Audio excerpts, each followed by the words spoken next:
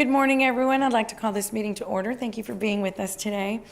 Today, our invocation will be given by Father Richard Gutierrez from Corpus Christi, the Fire Department Chaplain, and Diocese of Corpus Christi as well.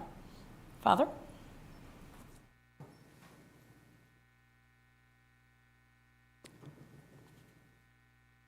In the name of the Father, and of the Son, and of the Holy Spirit. Amen. O God, the fullness of blessing comes down from you. To you our prayers of blessing rise up. In your kindness, protect your servants who stand before you devout and faithful, bearing the tools of their trade. Continue to bless our mayor, our city council, doctors, nurses, and first responders. Grant that their hard work may contribute to the perfecting of your creation and provide a decent lives for themselves and their families. Help them to strive for a better society, to praise and glorify your holy name always. Grant your people your protection and grace. Give them health of mind and body. Perfect love for one another, and make them always faithful to you. Send your light upon this family. May they continue to enjoy your favor and devote themselves to doing the common good. We ask all this through Christ our Lord. Amen. Amen. In the name of the Father, and the Son, and the Holy Spirit. Thank you, Father. Our Pledge of Allegiance to the flag of the United States and to the Texas state flag will be led by Isaiah Gomez. He is a senior at Mary Carroll High School. He is also the Student Council Vice President and the President of the Health Occupation Students of America. Please join me in the Pledge of Allegiance. I pledge allegiance to the flag of the United States of America and to the republic for which it stands, one nation, under God, indivisible, with liberty and justice for all. Please join me in honoring the Texas flag. Honor the Texas flag. I pledge allegiance to the Texas, one state under God, one and indivisible. Thank you, Isaiah. City Secretary Rebecca Huerta, would you please call the roll? Mayor Paulette Waldo. Present. Council members Roland Barrera. Here. Gail Hernandez. Gil is here. Gil's not here. Yeah, I know. I'm sorry. He's not listening, but he's here. Yes. Michael Hunter. Here. Billy Lerma. Here. John Martinez. Ben Molina. Present. Mike Pesley. Greg Smith. Here. City Manager Peter Zanoni. Present. City Attorney Miles Risley. Here. Mayor and Council, a quorum of the council and the required charter officers are present to conduct the meeting. Great, thank you, Ms. Huerta. City Manager's comments and update. Mr. Zanoni. Okay, great. Mayor and members of the council, I'm going to present from here today. We're going to talk to you about the FY 2023 proposed budget for the fiscal year that runs October 1 this October through September 30th of next year. So the city charter does require that the city manager present to the city council no sooner than or no later than 60 days of the fiscal year a budget for the city, and so that's what we're doing today. The budget that you have in front of you, you have a presentation. You also have the budget book. Councilman Hunter just picked his up. This summary that I'll provide you today summarizes the budget. And the highlights are the budget is balanced. Unlike the federal government, we balance our budgets here at the local and state level. The budget does address the council and the community's priorities. It focuses on public safety, streets, parks, neighborhoods, and our utilities, water and wastewater. And it is consistent with City Council approved financial policies. Those were just approved last council meeting. So the organization, the City of Corpus Christi, we're a transparent organization, and we get our communities involved in our business, and that's part of our cornerstone hallmarks as a city. So today is a presentation of the budget, but we will be engaging the community over the next 2 weeks in the community. We know that COVID slowed this down a little bit in the last 2 years, but we have 5 community hearings over the next 2 weeks, 1 in each city council district, from August 8th all the way through August 17th. You can see the locations on the screen, and each one of these will start at 6 o'clock and conclude around 7 o'clock to help the community, 1, understand the budget, but 2, get input from the community. Each of the 3 budgets that I have done with the council's engagement in the community, we've modified the budgets based on the community's interest and input at these sessions, so they're very important. Now, today's a high-level summary, but we do have 4 more meetings with the council, about 3 hours in length, to go over the budgets. There's 4 work sessions. All of them will be here in these city council chambers from the hours of 9 to noon. So for those that maybe this is your second budget, just to remind the council members how the budget is developed. And so our budget office develops what we call a base operating and capital needs budget early in the year. That's shared with the departments.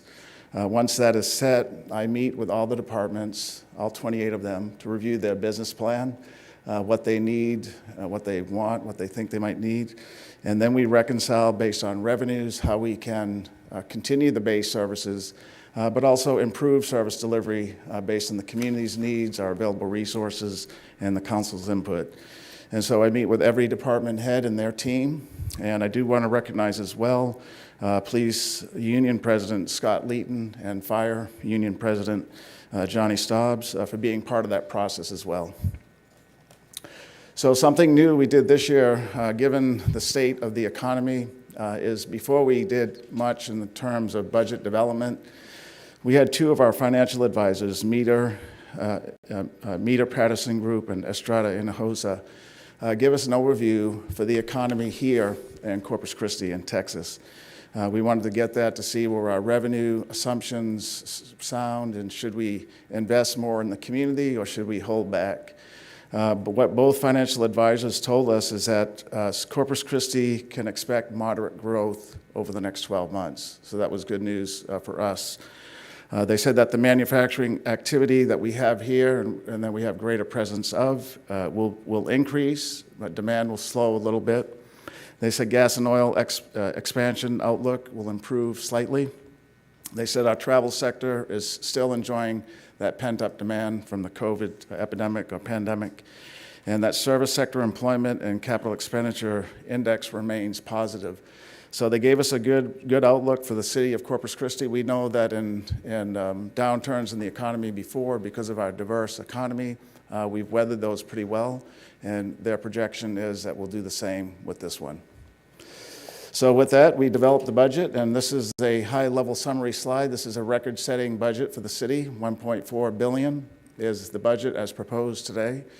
To the right are some of the separate funds that we put the revenues and expenditures in. And so the general fund, less transfers, is $279 million. Our enterprise funds total $255 million. Those enterprise funds include water, wastewater, airport. Our special revenue funds, $155 million. That includes street funds, our crime control district funds, and the Type A and Type B. Those are some examples. And then our debt service funds, where we pay for our GO bond programs and other debt. And then our capital budget is $558 million. So let's look a little closer at the general fund for these next couple of points here. So in the current year, our budget that City Council approved about a year ago was $299.3 million, just under $300. This year, we have a record-setting $331.5 million. So that's a 10% increase in our budget, commensurate with the revenue growth and the need of more service in the community. And we'll go into detail on that here momentarily. So this graph here shows us our general fund, both in terms of revenues and that outer ring and the outer black circle ring, and then the expenditures are in the inner ring. This is a good comprehensive look of revenues and expenditures for our general fund. If you start at the 9 o'clock position in that black, you can see sales tax is about 21% of all our revenue. Moving to about the noon, 1 o'clock time slot or position there, property tax accounts for 30%. And then as we continue along that wheel, our services and fines and fees, services include solid waste services, monthly fee. That's about 34%. So those 3 revenue sources comprise 85% of all of our revenues.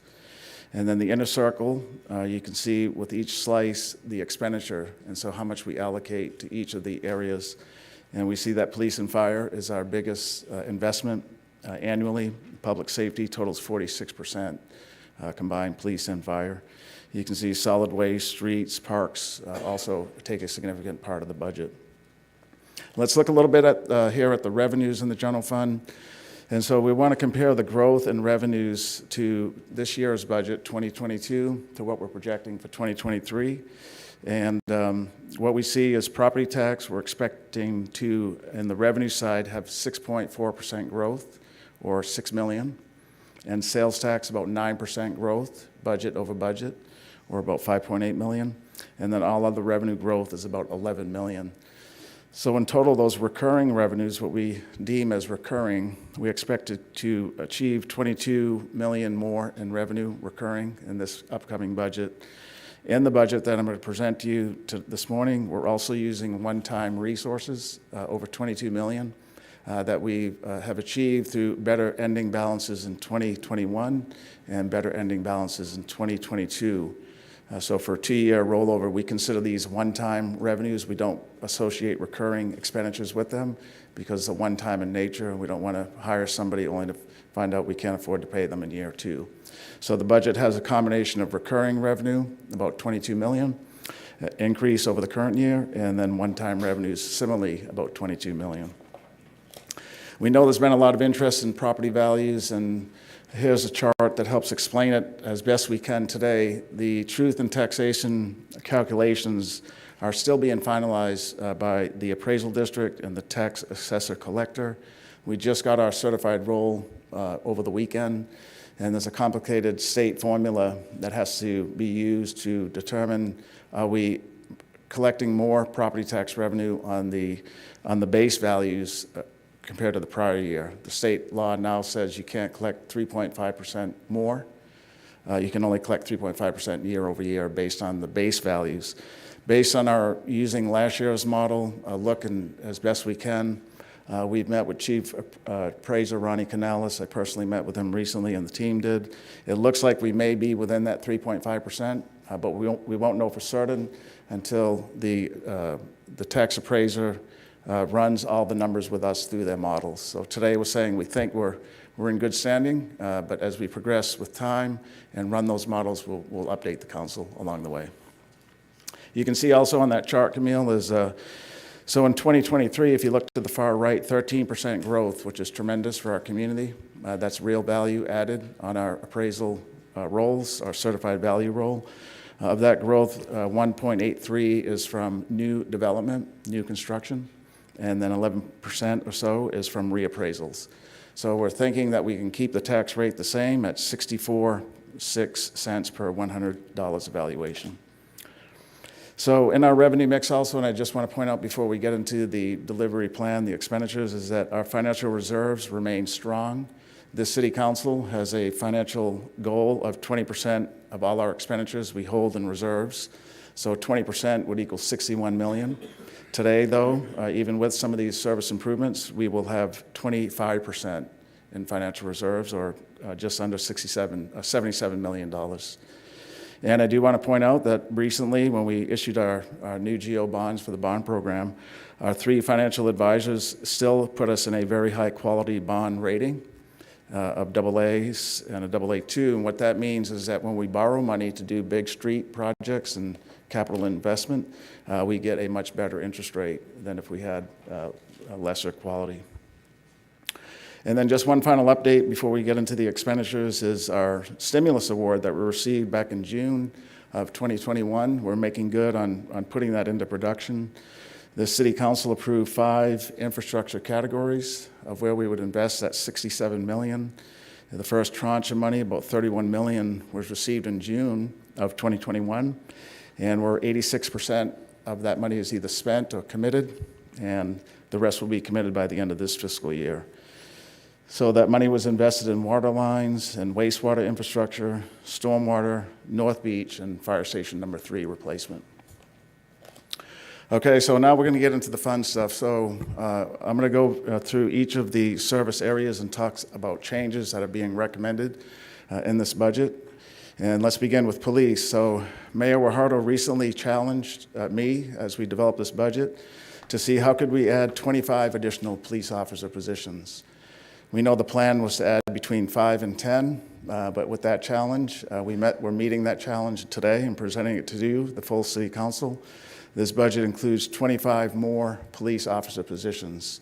And this is a record. We look back, it's been decades before, in the past, since this level of new officers had been added. So this is an unprecedented recommendation today. It'll bring our total police officer count to 491 police officers, which is the highest that we have ever had in this city. To accommodate that, we'll have 2 police academies, one in July of next year, and then the second would be in October. The chief will begin working next summer to get that October class scheduled. So they'll be interviewing and putting people through pre-training. And so the class officially starts in October, but a lot of the work will begin in the summer. This budget also converts to help the chief and his leadership team, one of the police officer positions to a police captain, and it also provides additional funding for overtime. The chief has expressed an interest, and we know we need to do it to improve his equipment inventory. Mayor Guajardo, 4 years ago, has been advocating for a SWAT vehicle. It's called the Bearcat Armored Vehicle, and she's been advocating for that. So we were able to put it into this year's budget finally, about $400,000. There's some additional equipment, additional unmarked vehicles, and equipment to help the crime scene unit in the police department. We just want to highlight that in the budget is that money that was in the current year budget, $21.1 million for the new police training academy. And the update on that is that the bids were issued for this academy's construction. It's fully designed by Turner Ramirez Architects, which is pretty unprecedented. The bond program was approved less than 2 years ago. It's fully designed. It's out for bid, and the bids will come in on August 10th, so a little over 2 weeks. It's a low bid proposal. So we're hoping the bids will be within that budget. The architect thinks they will be, given what he hears to be vast interest and companies out there that want to build that for us. So just to go over how do we fund these 25 officers, we know there's been some question about this in the past and in the past couple of weeks, if we were able to do it. So of the 25, 15 will be funded from the Crime Control District. That's a sales tax funded special district here in our city. And then 10 will be funded from the general fund. We did 10 this year in the general fund, so we can easily do 10 again this year.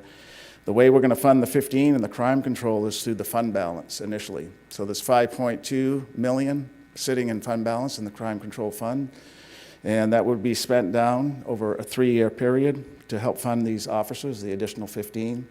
And then beginning in year 3, we'll begin to transition them to the general fund in a slower way over a 2-3 year period. That $1 million will last us for about 5 years, but year 3 into that continuum, we'll begin to transition them to the general fund, those 15 that we added. Okay, so we know that we have 2 sides to public safety, and the other one is fire. And Chief Rocha recommended a couple of initiatives that we're able to fund here. One, for those veteran council members, has been something that Council Members Smith and Hunter and even the mayor have been advocating for, which is getting more of our, what we call companies, our fire trucks when they go out, whether it's a pumper or a ladder, getting more of them to have 4 firefighters on each one of those vehicles. Today, the majority have 3 firefighters that go out when a vehicle leaves, when a ladder or pumper truck leaves. The National Fire Protection Association staffing standards, the best practice basically, recommends 4 firefighters on every company that leaves to a scene. And so this budget adds 16 firefighters to move more companies, 4 more in fact, to 4-person staffing. So we have 22 companies. Today only 4 are 4-person staffed. This will move another 4, so we'll have a total of 8 that'll be 4-person staffed. And this is a 5-year plan that Chief and we in this budget are initiating. So over the next 4 years, we'll attempt in the budget to get all 22 companies 4-person staffed. It's also something that every major Texas city's fire departments have already, and we're trying to get there. So this will be step 1 in that process of a 5-year plan. And then we're also adding 8 additional firefighters to add another medic unit. And this year, it will be in station number 12 in the Cal Allen, Annabelle, Toloso, Midway area. We know in the current year budget, we added one in City Council District 5 at Yorktown at 17, Fire Station 17. We also knew last summer that we needed one in Station 12, and we said if we add another one this year, that's where it will go. It's based on call volume. And so in that Cal Allen area, we'll have at Station 12 another medic unit. We do have academy classes scheduled in this budget, so there's attrition in the fire department, just like in the police department, and so we fully funded a class. And I did want to recognize Chief Rocha that the first time in decades, every one of his positions is filled. Right, Chief? That's the first time, I think, in decades. He told me that's from funding these academies and having aggressive. He had the highest number of fire cadets in one of his most recent academies. So that's great news, and we're proud of it. In the equipment area, you can see several things here, including an alert system for firefighters in the station to alert them to the call for service. And the one I like the most is 2 replacement ladder trucks at $2.8 million. The 2 that these brand new ones will replace are aged and past their lifetime. Now in this budget, you can see to the left, I think it's maybe the first time you're seeing this, but this is a rendition of Fire Station number 3. That was in the 2020 bond program. And also we added some of that stimulus money to what we thought fully funded. However, at 60% design, our architect firm, BRW, is suggesting that the cost per square foot, because of inflation, supply chain and labor issues, is going to be more like $550 a square foot instead of $350. So we have an earmark of $2.5 million of set aside in the event that bids do come in higher. So this station is fully funded with these additional $2.5 million that's in this budget. And then Councilman Pussley recently talked about we have to finally get another EOC building going, and we know the council has talked about that. Today we're in a 3rd floor of a building that's only rated for a Category 3 hurricane, which is not going to help us if we have a 5. So we're putting $100,000 recommendation in this budget to study this new EOC. Where could we put it? Who would be in there? Would it be just the city? Would it be the city county? Would it be other counties? How much space do we need? And so we have to get serious about this. So $100,000 to begin that process once and for all about building a new EOC center. We're going to move to what is in our communities their most important initiative, which is our streets. I really do like this chart that we put together because it shows continuing increases in streets. This year we have a 12% increase over the current year budget, and that top gray box is the one that most of our community is focused on, which is our residential streets. So that increases to $24 million from the current $18 million. There's $15 million more dollars, or a 12% increase, for a total of $136 million in this year's budget. This chart here shows pretty much the same thing, but the key takeaway here is that bottom note, which is that in 3 years we will have budgeted $336 million for streets. Now, Mayor, did you want citizens? Okay. Okay. Let me just show this one last slide, and then when I come back, well, you know what? This is good. We'll stop here. Yeah, stop here. Okay, We'll do yeah. public comment, and then we'll come back to your presentation, Peter. Thank you. Yes, ma'am. So at this time, it's 12 noon, so we're moving on to item F, public comment. So before we begin, we don't have our attorney here. Let's see, the rules of decorum. Here he is. Thank you, Miles. Citizens are authorized and encouraged to present their views to the council on city-related matters. However, such should be done in a factual, precise presentation, and questions of council or staff are inappropriate. Loud, boisterous, profane, or obscene language or behavior is not allowed. Thank you, Mr. Risley. So I'll be calling on people in order in which they signed up electronically. In-person public comments will be taken first, followed by virtual public comments. Corpus Christi residents will be allowed to speak before non-residents. And for those commenting in person, I'd like to remind everyone that a recording is being made of the meeting. Please speak into the microphone located at the podium and state your name and address before speaking. If you choose to speak during this public comment period regarding an item that is on the agenda, you may do so, but at the time that the item comes up, you will not be able to speak at that time, so please choose one. Citizen comments are limited to 3 minutes. Non-resident comments are limited to 1 minute. And for those commenting in person, there's a timer underneath the base of the podium or the microphone, and it will let you know exactly how much time you have left to speak. Once the time goes up and the buzzer is heard, we would kindly appreciate that you wrap up your comments so that we can move forward. If you have any petition or anything you would like to distribute to the council, if you'll please give it to Ms. Swatner prior to speaking, we would appreciate that. So with that said, first we have, let's see, Shafai Zara? Yes, ma'am.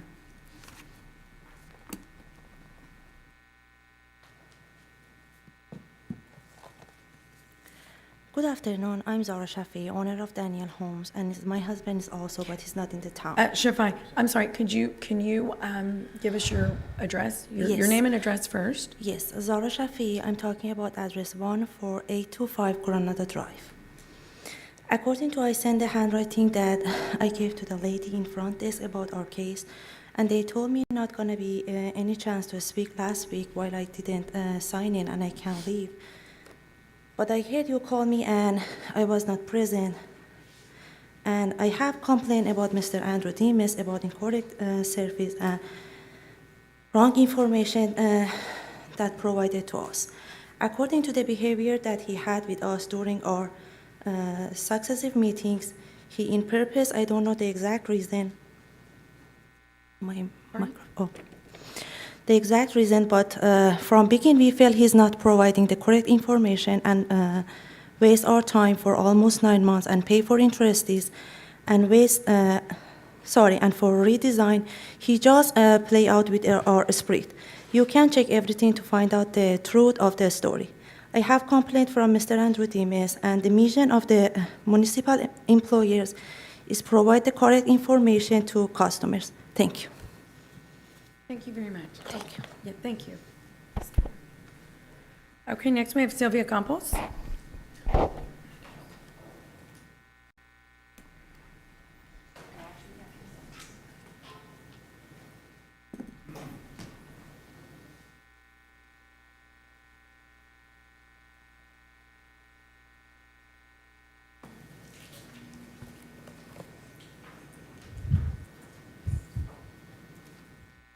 Should I wait until it's You all can. passed out? You can. Thank you.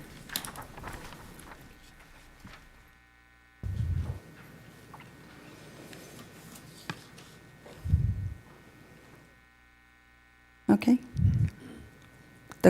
The clock starts now? Yes, ma'am. Okay. My name is Sylvia Campos, 4410 Fur, and I come in peace.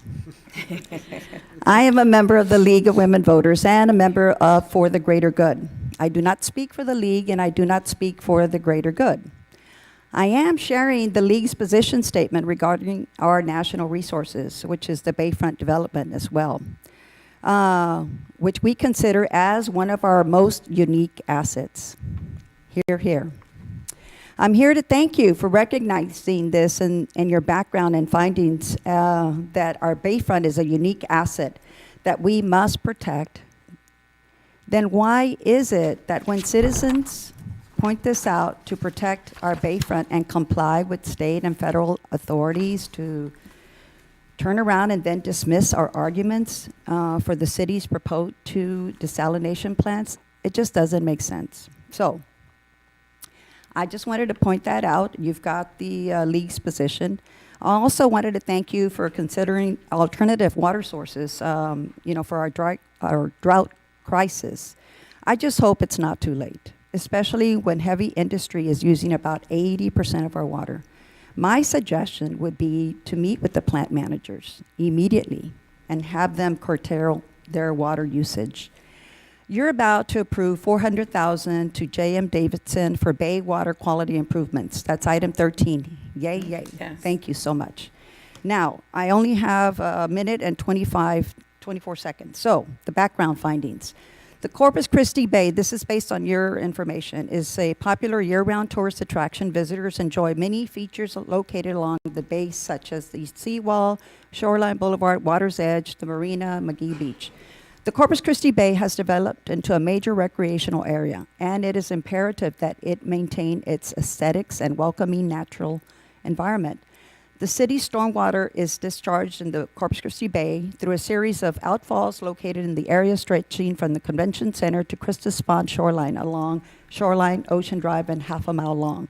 These outfalls have a history of depositing floatable items, cup, bottles, paper bags, trash into the bay. As a result, problems have developed into citizen complaints, environmental degradation, aesthetic issues, public health concerns, and have become a regulatory compliance concern such as not meeting federal and state surface water quality standards for recreation. Additionally, they cause issues that can impact the aquatic life and pollute the waters used for tourism and recreation. To address the issue, inlet baskets are being used at curb inlets to stop debris from getting to the stormwater system. So I'm just quoting, writing the reasons why the city is going to spend almost $500,000 to keep our jewel, to keep it clean. So that's all we're saying. Let's all work together, please. Thank you. Thank you, Ms. Campos. Carrie Meyer?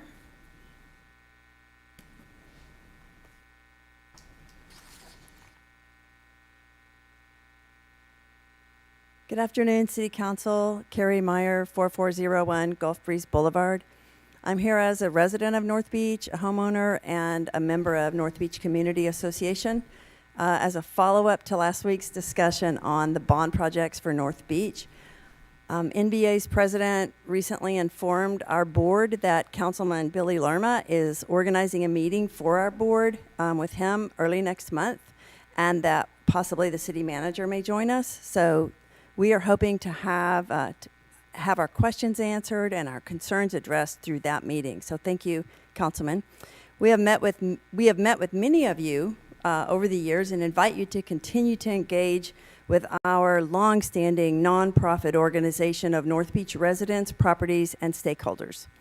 Our main message during public comment last week was do what the voters approved and don't abandon our neighborhood streets for Bond 2018. We're asking that the $2.5 million for Bond 2018 street projects not be closed or not be repurposed, but instead that these streets right in our neighborhood be rebuilt as the voters directed you to in 2018 through that approved proposition.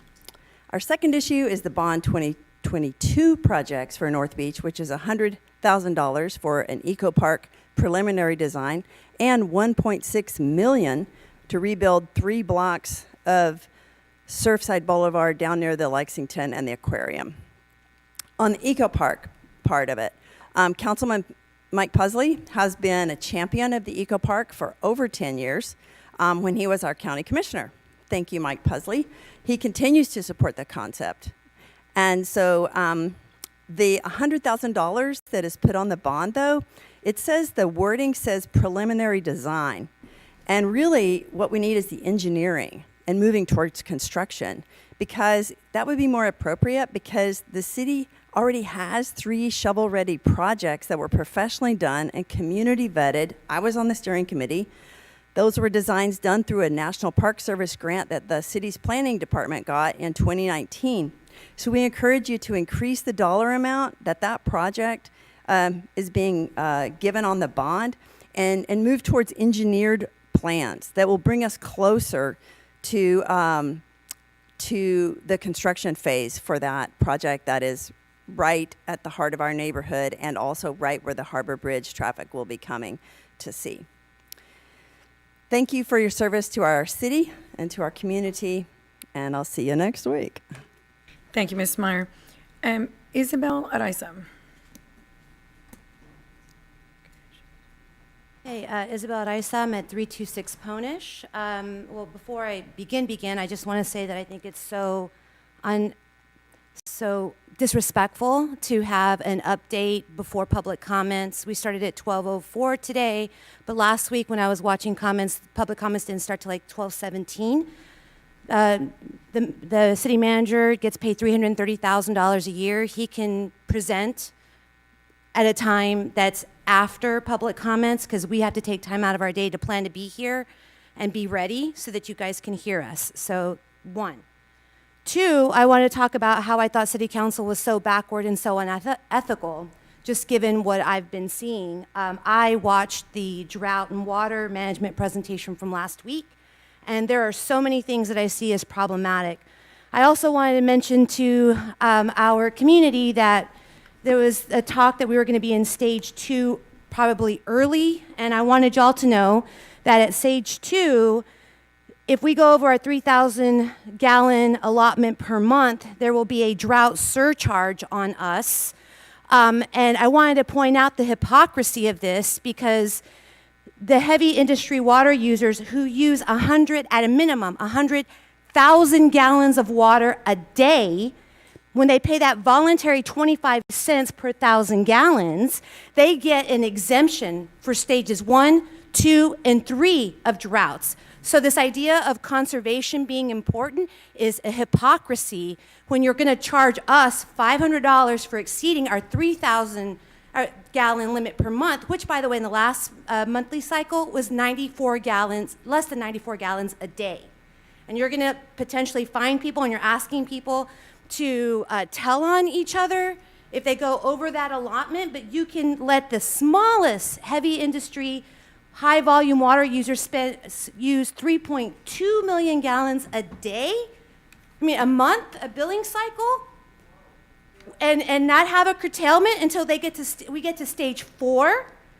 And I just wanted to say that at least I appreciate Councilman Pusley's candor about his service to heavy industry. He actually raised the issue about the refinery in Sinton only having 5 days, and we need to get on it to have water for them. And here's what I don't understand, and what seems so backward to me, is that here we are with the Mary Roads Pipeline 1 and 2 already online, and we're in this crisis management here, and you guys are just, more water is more water for heavy industry, and that is so backward, because we had been raising issues around desalination, and you guys just kept saying, this isn't going to happen, this isn't going to happen, we're not committing to this.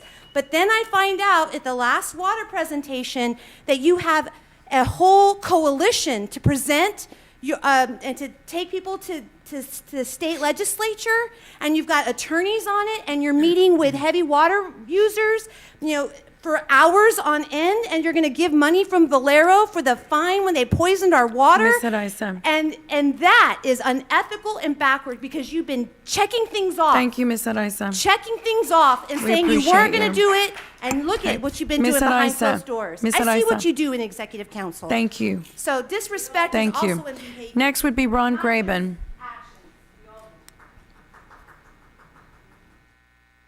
I'm sorry, we don't have applause, please. Let's respect the decorum. Ms. Campos, please. I appreciate that, Ms. Campos. Ron Graben, 202 Surfside. Thank you for all that you do.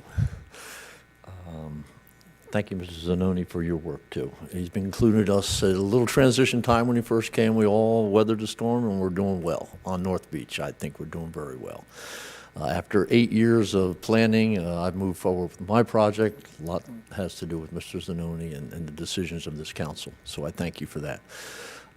We especially, I'm the vice president of the North Beach Community Association, and we were heavily involved in the planning and the discussion of the Surfside Park redo, and we appreciate that. Somehow in 2022, the bond program, we weren't consulted, not that we have to be, but we just want to kind of remind everyone that we do have some valuable input, we think, and if we can be of assistance, we would like to be a part of that, and I'm sure Mr. Zanoni is going to do that.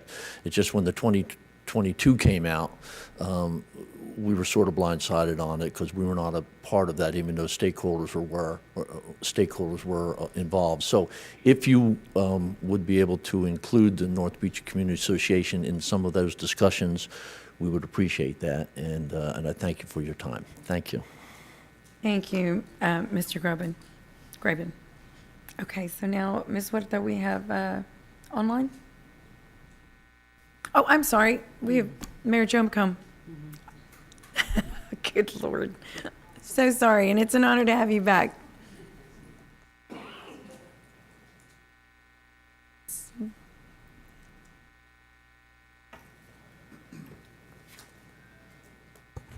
Joe McComb, 5323 St. Andrews. Mayor and council, thank you for allowing me to come and speak. The purpose for my coming today, and I don't come often, is an article that was written and published in the Corpus Christi Caller-Times on July the 24th. More than just desalinization, City of Corpus Christi considering alternative water sources. There was a couple of statements in that article that, in my opinion, were inflammatory and false. and I want to address those because I don't think they're right and they need to be corrected. The first one says the city doesn't have a water cost estimate yet for the Evangeline project. That's a false statement. And then the other statement is attributed to Councilmember Gil Hernandez that said the city staff should engage the Laguna Water more seriously years ago. The company has one of 10 presented alternative water sources projects for the city of Corpus Christi in September 2020, but no action was taken. That's a false statement. And I've got my proof to show you here in a minute. Evangeline has been providing information back and forth at meetings to discuss, but our city staff never called them back, Hernandez said. They just ignored Evangeline with myopic viewpoint, just desal and desal in the Inner Harbor. That statement there is false and inflammatory in my opinion. It refers to the 2020 meeting where it showed an update on the response that the city put out in 2018 for alternate water supplies. There was 12 presenters. Evangeline was the number one presenter in that proposition.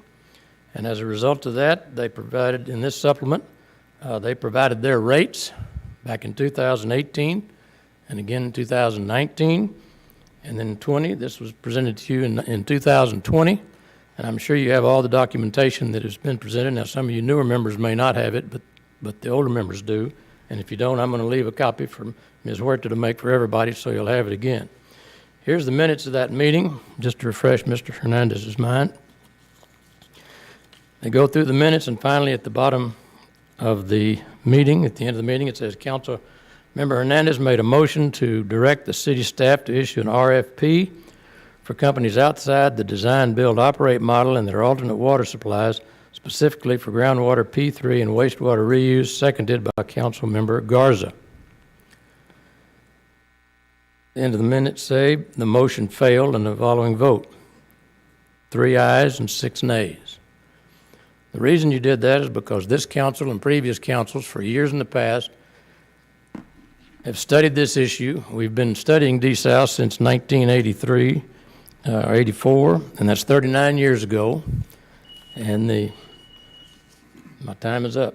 But You can go and finish, Mayor. But the documentation is here, and I'm going to present that to Mrs. Huerta.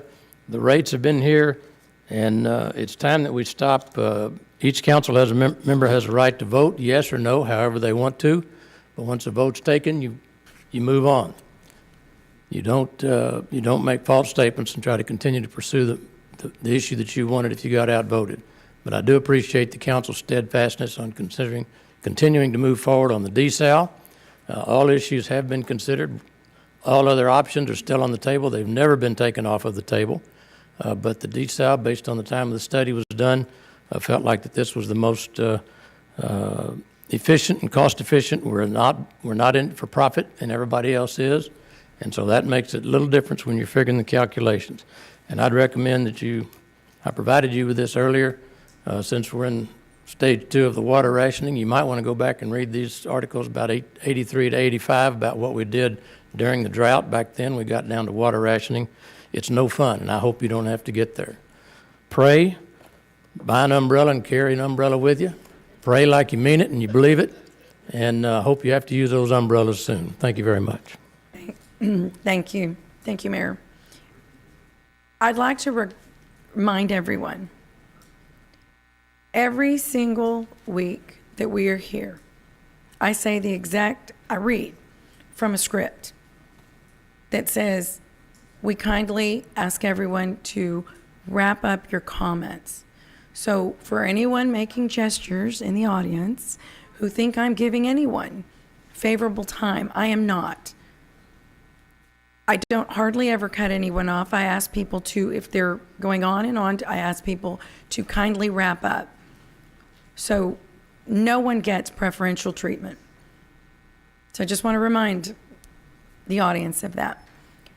Okay, Ms. Wortham, we can go on to our Webex. Okay. First on Webex is Sharon Delsus. Hi, I'm Sharon Delsus. I'm at 6030 Tapestry, and I have a public comment about if you could please play the video. I also have a petition. Yeah, just I please want say the to video. emphasize the need for protected bike paths in Corpus Christi. Video. This is a protected bike path. There's a clear physical separation from pedestrians and roads so that everyone stays on their own lane and is safe. These are not protected bike paths. I do not feel safe riding my bike on these roads. I am not the only one who feels this way. Over 600 people signed this petition so we can have better cycling conditions. I thought that this would be taken into serious consideration for the Bond 22 program projects, but sadly, it wasn't. I took the time to look over it, and it barely mentions a bike path, except another one of those wide sidewalks they call a hike and bike trail for 0.67 miles at Holly Road Railroad, trestle to trail. Wide sidewalks are not bike paths. That looks to me like lazy design that would get an F in any design school. Bike speeds are 17 miles per hour and pedestrians go 2 miles per hour. There needs to be some markings at least. I saw that the bond estimate was $500,000 for this project. For that much money, couldn't they add markings so that pedestrians and bikes have separate lanes? If you want to spend $500,000 on a project, do it right and do it in a way so that residents can fully enjoy that investment. Can't we have one decent dedicated bike path? I emailed Parks and Recs and they kindly said they'll pass along the message. Oh great, a petition of over 600 signatures for better bike paths, and the best we can hope for is to pass along the message. Who decides what the city council can vote on? City staff. And how do the city staff decide what these options are? Stakeholders, I'm told. So who are the stakeholders? 11 committees? I see some stakeholders briefed as late as July 14th. So the city council voted on July 19th. Was there enough time in between to make revisions if there was a need for any? Just 5 days? No cycling groups were consulted, sadly. Yes, there are public input sessions, but why is our petition of over 600 signatures, which includes names and zip codes of residents, why were their wishes to have better bike paths ignored in creating this bond program? Did you know 1 in 3 Americans own a bike? Don't you think the city needs to make a reasonable effort to accommodate those who cycle? A study published in the American Journal of Public Health found that protected bike lanes reduced the risk of injury by an impressive 90%. Please visit my website, ibikecc.com, and sign the petition. Go to the input sessions. Find out more ways we can advance this cause. Thank you. Have a good day. Thank you. Next, we have Cliff Schlebach. Yes, Cliff Schlebach, 122 Whiteley Drive, Corpus Christi, Texas. Representing the Mayor's Environmental Task Force. I'll be commenting on the agenda item number 13, Bay Water Quality Improvement Project. This is a project that our task force has been working on for many months. We're thrilled to see it at this point. The project includes different types of devices installed at 8 different locations, from the American Bank Center to Cole Park, that will remove trash and debris from our stormwater outflows before it can reach the bay. This is a huge step toward cleaning up our bay waters and shorelines, and will also offer the educational opportunity for the public to see how some of these devices work. One of the trash separators will actually have a clear plexiglass cover, allowing the public to see how the device functions. I think this is a very, very cool feature. In the future, our task force will be working to expand this project to cover all the stormwater outflows along our beautiful bayfront. Everyone that I've talked to about this project thinks it's fantastic, and everyone agrees that this is a project that benefits the whole city. Please give your support to this project so that we can take a much needed step forward in cleaning up our bay system. Thanks, and let's do this.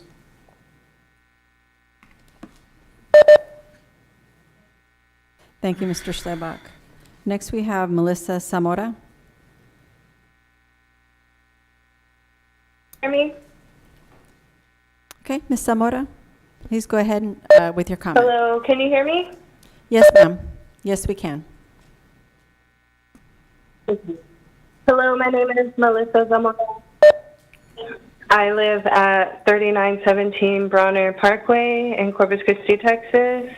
I also find it disturbing hearing the last city council meeting, hearing the council and mayor speak about desalination for industry, given a lot of information of how much industry has given millions of dollars for desal, yet you're still telling the public that it's for us.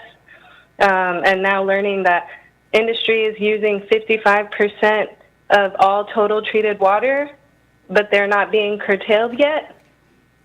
This is disturbing. What is also disturbing is that I heard the bike path woman talking about 600 signatures when our organization for the greater good has, during the pandemic, gotten over 4,000 signatures of registered voters in the area against desal, or no, not against it, I'm sorry, just to have a vote on desal.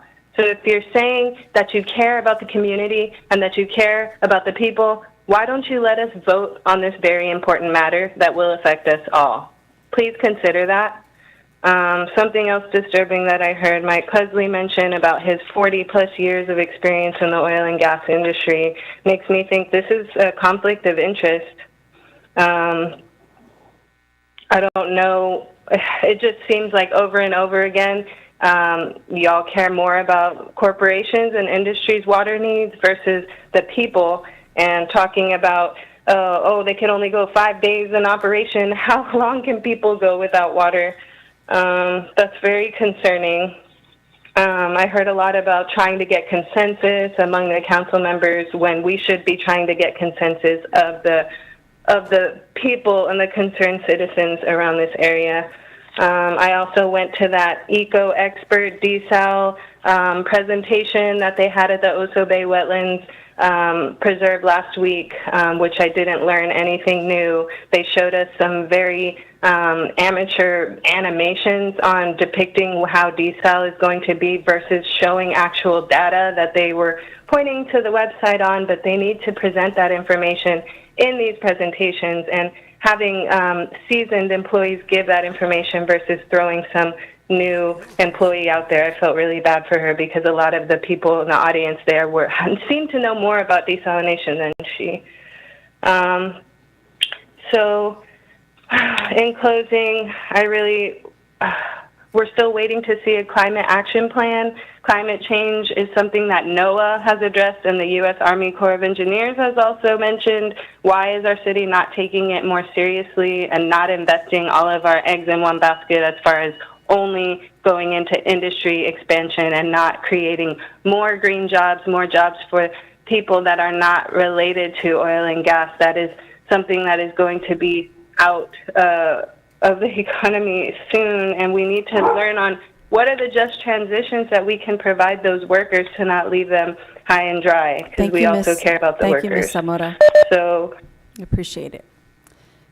Next, we have Christopher Phelan. Hi there, Chris Phelan, 3806 Kingston Drive. I want to go back to what Dr. Isa was saying. There's a real emphasis on, giving certain members of the community from heavy industry a voice up here, and the people, we get drowned out. We've asked to talk in front of council many times for years about desal, and we've been turned down. I'll point out the city was wrong. The port's permit, it's going for what? It's going for a contested case hearing. Exactly. You complain about the federal government's budget. Hey, city manager, you're relying on that to replace water lines. You're relying on that to fix the mess that last guy left here. It goes back, 40 years they were talking about how to get the refineries water. We put in the Mary Rhodes 2. We put in Mary Rhodes 1. You know what? Mary Rhodes died of cancer at 49. You're going to need those cops, because U.S. Ecology out there in Robstown, they want to increase the mercury they're throwing all over people. They want to increase that by 850%. There's going to be a meeting coming up at the Johnny Calderon building. It's going to be coming up next month. We're going to want everyone to go. It's going to be, let's see, it's going to be August 9th at 10 a.m. at the Johnny Calderon building. If you don't want, you're going to need the cops, because if you throw mercury all over people, what does it do? It messes up their brains, right? So let's see. The wastewater lines, the water lines, the EPA, part of their budget spent just babysitting Corpus Christi. They're just over here babysitting Corpus Christi. Part of the federal budget's going for the port to dredge all this to put up that big old bridge that is all messed up. Because why? Because we listen to y'all, right? Because we listen to the state, and y'all rolled it through Hillcrest when they didn't want it, all right? They rolled it through there. Okay, we support I Bike Corpus Christi. We support what they're doing. We support more bike lanes. But, you can go and get grants for that, but you go and you get the stimulus money, and instead of going and borrowing money from the Texas Water Development Board to replace these old, dilapidated water lines that right now are leaking all over the place. There is a river all the way from Airline all the way to Weber. Why is there water in that ditch? Why is there water in that ditch? Why is there water popping up all over Lariat Mr. Phelan? Lane over here? There's 4 Mr. leaks on Phelan, Lariat. your time Because is up. Why? Thank you so much. Mayor, that concludes the public comment period.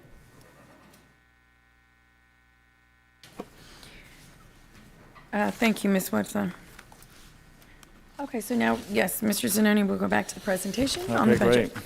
Okay, so we, excuse me, we were talking about streets, and this chart is reflective of the one that I showed earlier, but it does show a 12% increase in streets in FY23 and a $336 million total over 3 years, including this budget.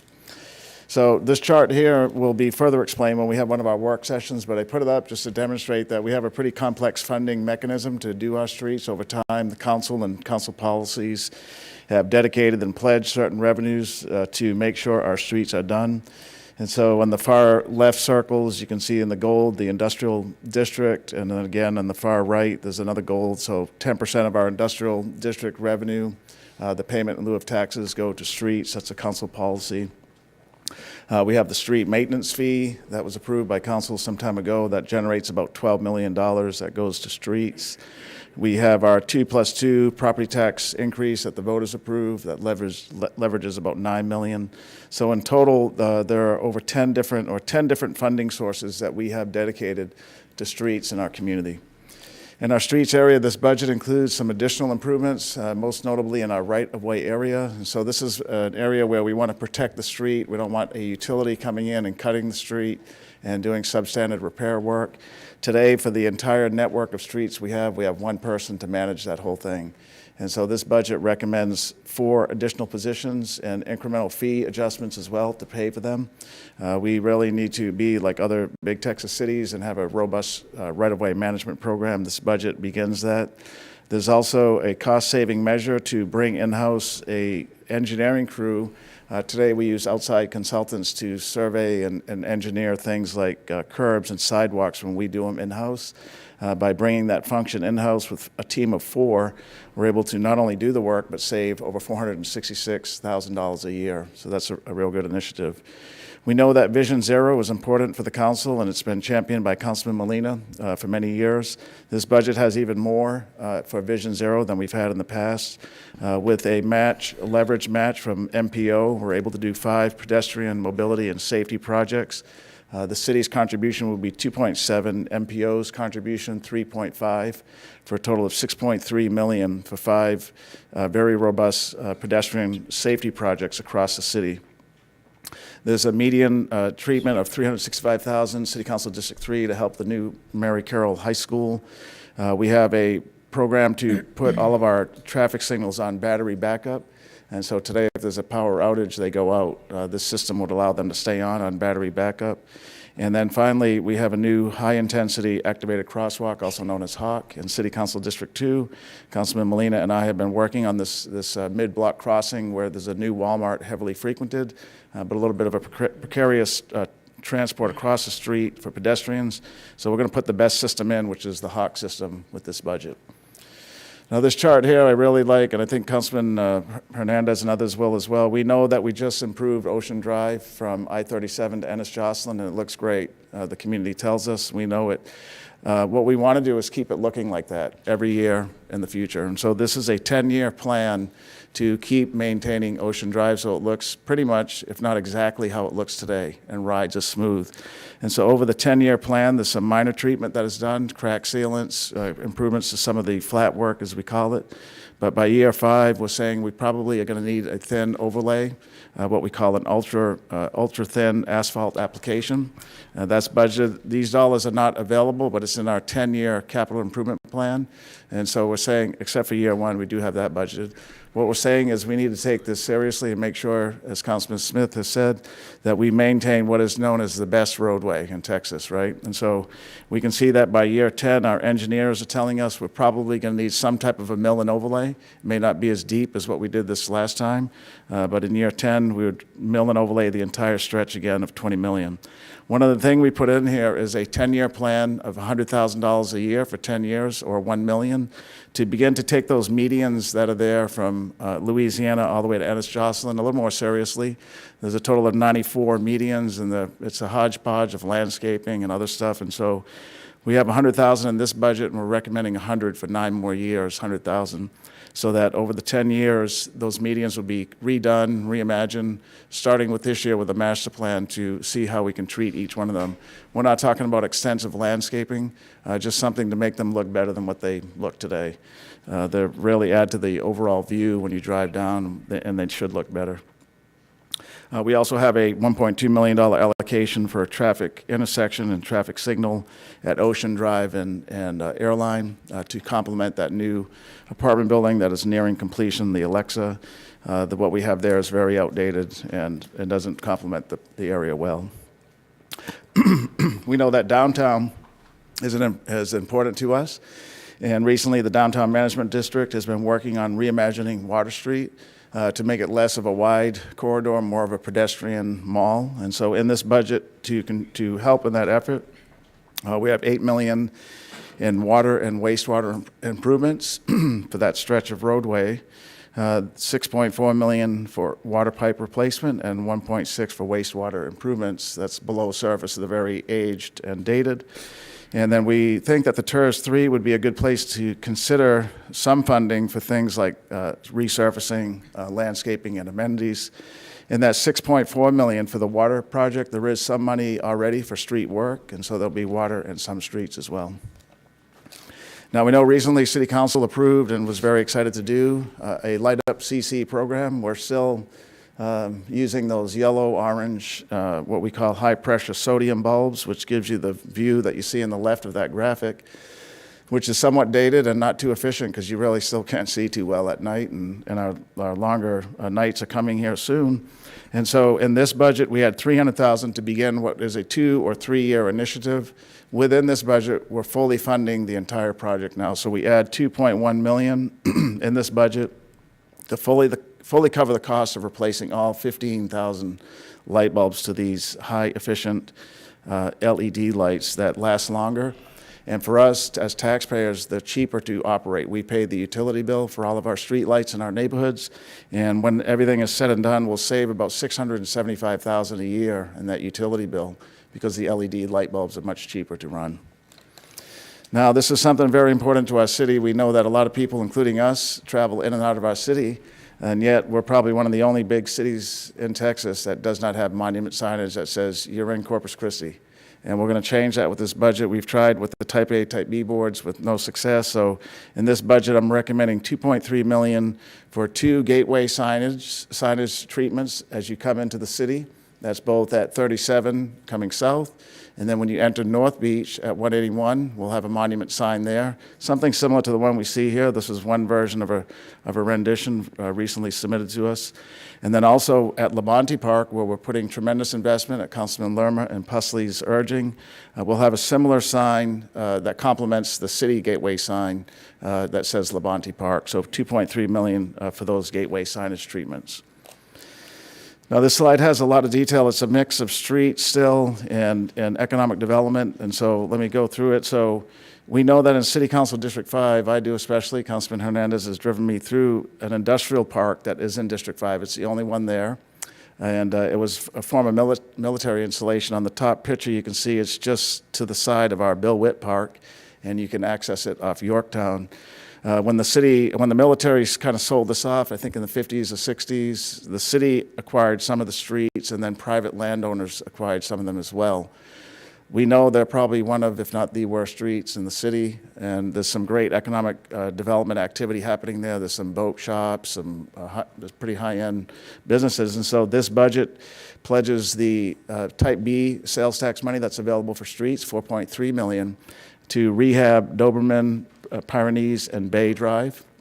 And then it has $100,000 to do title work and work with the property owners that own those other streets to see would they be willing to let the city acquire that land.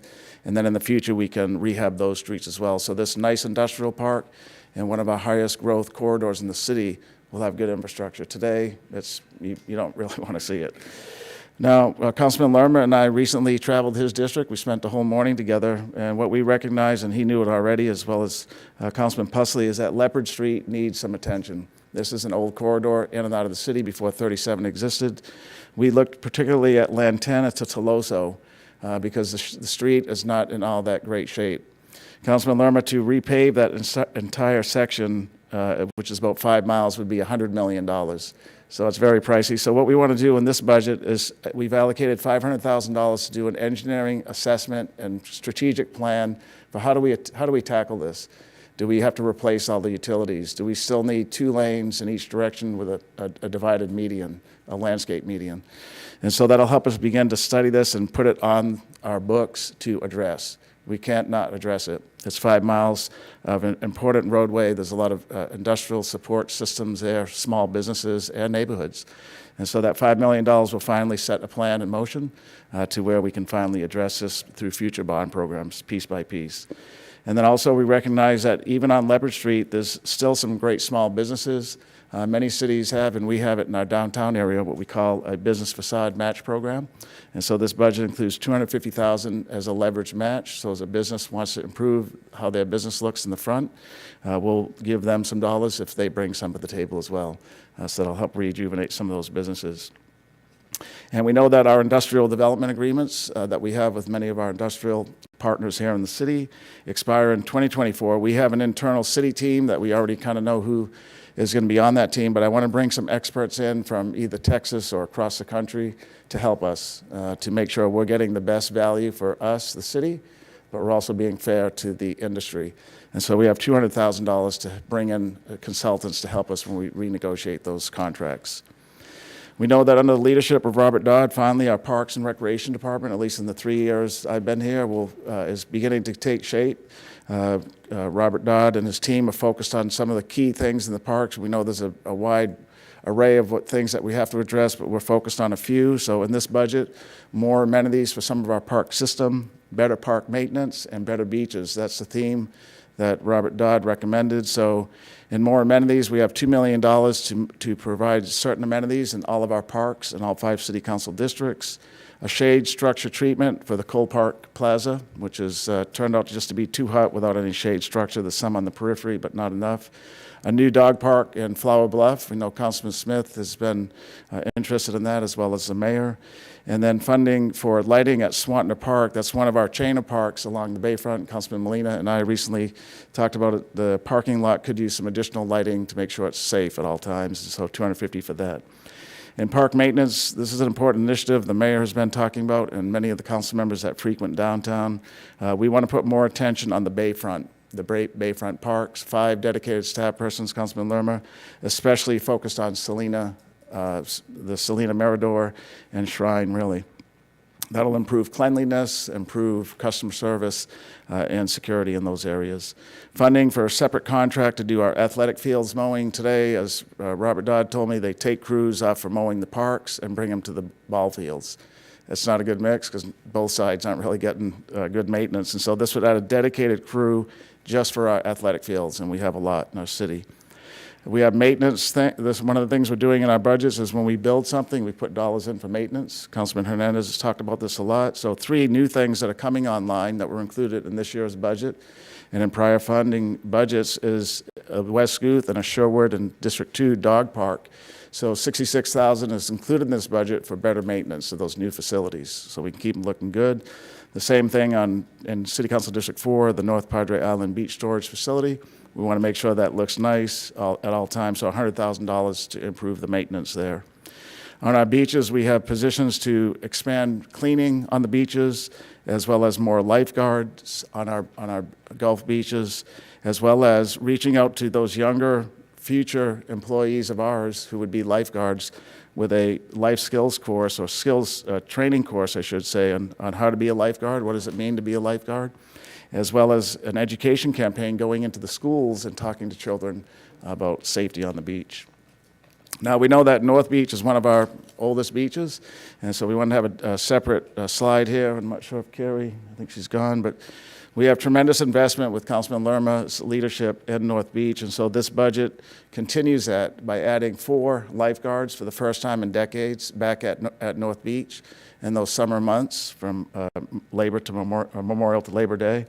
So 4 lifeguards for the summer season. A $100,000 incentive program for merchants, similar to what we have on McGee Beach. We have the nice umbrella service by a local vendor that's really well utilized. The beach looks great when you see the umbrellas and cabanas out there. So an incentive program to get something similar on North Beach. This would help incentivize a business to come over there on North Beach during those summer months. We have $835,000, Councilman Lerma and Pusley, in the budget for the Historical Plaza Shade. We know we were there not too long ago with a nice ribbon cutting. We want some shade so people can really stay there for a while and look at those nice interpretive signs. And then in our North Beach restroom project, we heard one of our speakers here momentarily, or a few minutes ago, talk about it. The North Beach restroom is another one of those projects that's coming in based on early estimates a little above budget. So we have 2.2 in the budget for construction. This project has a little bit of additional amenities that were added, more than what we thought when we did the bond program, and some inflationary issues. So $2.5 million more to make sure we do this right. So this is going to be a brand new restroom. You can see it in the picture there, removing that dated one that's blocking the beach and the view, and it's really not the safest because you have to walk around the beach to use it. It has a brand new parking lot and a brand new playground with real nice play equipment, barbecue benches, and so on. This is going to be a premier location. Everything will be elevated, so it won't flood when we have rains or groundwater seepage. And then finally, $100,000 is in the budget, as our speakers have mentioned, for the North Beach Eco Park that Councilman Pusley recently talked about. We know there's some initial design plans. The $100,000 will advance them and help us on the right path of how exactly we're going to do it. I know Carrie Myers and others on North Beach have been asking for this, and so it's in the bond program. Now, one of the funds that we do have is what is called our SHOT fund, our State Hotel Occupancy Tax Fund. And that fund has generated a pretty significant fund balance in years prior to me being here and even while I have been here. And so I challenge the staff to let's put that money in production. We have money set aside over a 5-year time frame for beach renourishment. That's one of the main things we use it for. But the staff has come up with a plan to put a brand new restroom facility, not porta potties or skitter cans, but a brand new permanent facility right on our Gulf Beach at Zahn Road, adjacent the Packery Channel. It'll be a brand new restroom facilities, male, female restrooms, and then also some storage room for our equipment that we use on the beach, as well as locker rooms and an area for our lifeguards, which today they don't have any. So that's a great initiative there on the Gulf Beach. Economic development is very important to the City Council. We know that. We talk about it every week. Only in the 80s, I think, did we have something about maybe an economic development department here, or some semblance of one. Some of the former staff told me. But this budget finally places an economic development department with 2 additional positions and moving 4 from various departments under one unit. with a director and additional staff to focus on economic development above and beyond what our well-respected EDC does and well-utilized. And so the budget adds additional positions to add to the 4 that we have today to create an economic development department. That department will work real closely with the mayor's office, who often is the first call small businesses make or new businesses make when they come into the city. We will continue our support for the Economic Development Corporation, the $700,000 level funding in this budget for that agency that we have many of us that are on that board. And then our Downtown Management District continues full funding at just under $1 million for the services they do. We want to point out our health department. We know that this city council did a monumental and legacy-changing event this year by bringing that entire system into our purview rather than having 2 entities manage it. We made some adjustments in it in this budget, adding 2 additional environmental public health inspectors. So those are the ones that go into the restaurants to do inspections, as well as any new septic tanks or pools. And then we also have a public health technician, which is new. This position will monitor the over 100 communicable diseases that are out there, including COVID. And so they'll continue to work with the team on things like surveillance, treatment, and intervention. And then just to put on the radar here, make sure people know air quality is important to this council. And we do have one position in our organization that has moved from planning to public works, and now we're going to move it into health. We think that's the right place for it after we've looked at several health districts across the state and country. So that position will move into the health, and we're retitling it. We also have in this budget and the CIP, and the council has approved and have seen some of this already, we have phase 1 of what will be a 3-phase rehabilitation of our health facility, health district facility. You can see the picture of it here. It's on Horn Road. It was built in the late 70s, and when you walk in there, it's like walking back into the late 70s because nothing's been changed, some minor adjustments here and there. So this is a complete reimagining of the inside. We had one of our professional firms, engineering firms, assess the building to see. I asked them that. I said, is this building salvageable? Do we demolish it and build new, or do we try to rehab it? They said it's a real structurally sound building. You're better off financially rehabilitating it. And so that's what this will do, phase 1, $5.4 million. It's both a customer service center, that's where folks go for service, but our employees now all go there as well. So we want to make sure it's a what's that, Councilman? Right, landscape. There has to be some treatment around the grading. There's actually water going, when it does rain, the other way towards the building, causing some issues. So all that will be fixed in this 3-phase approach. Vital statistics is part of the health model redo, where we brought it under the city's purview exclusively. We did move vital records with the city secretary's willingness to do it to the city secretary, which is pretty common across Texas. We're recommending 2 additional vital clerks to be added to the 3 that we have today. So that'll give us 5 persons here at City Hall to issue birth and death certificates. And so this is a good part of that restructure and a good addition as well. We know libraries is important, and this picture to my left is the first that you'll see of the rendition of the Reimagined library. We know that in our 2022 bond program, there's $2.5 million to improve the entire envelope, the exterior of the library. You can see how nice it'll look here with a different treatment. There's some highlighting of those arches with either tile or different painting, and a whole brand new landscape program for the front. That's in the budget. Additional things we're adding is 1 librarian position to improve patron and additional library computers for the patrons. In our branch libraries today, we don't have coverage all the time with security. It's intermittent. And so the budget recommends $110,000 to make sure when every branch library is open, there's security service the entire opening of that branch. We have money for capital repairs consistently each year. We put a little bit in to help keep those libraries looking good, $250,000. And then the library director has expressed concern that we use our La Retama library as a cooling center and sometimes as an additional center under catastrophic emergency type events, but there's no generator there. There's no backup generator. So the budget recommends $500,000 for a new generator. And then finally, I asked Laura Garcia, our library director, Laura, what if long-term, what do we need in our system? You know, let's begin planning now. And she said, you know, the branch libraries we have are great. The one in District 5 is good, but it's a partnership with the school district, and with security on campuses, new security protocol, that library is becoming more and more difficult to access by our patrons. It's also a little smaller. It's right on the campus of Caffey Middle School. And so we have $100,000 in the budget to begin that conversation or that analysis of where can we build a standalone District 5, the fastest growing area in our city, new branch library. So $100,000 will help us do some site assessment and other programming. Now, we know animal care is very important to many on the council, and Councilman Molina is particularly interested in it, and the mayor is as well. And this Friday, the mayor is going to have a press event she'll be inviting the council to on an initiative she's been working with South Texas Animal Rescue, also known as STAR. And it is a spay-neuter mobile van service or mobile clinic service. In our budget, we have $30,000 for that partnership.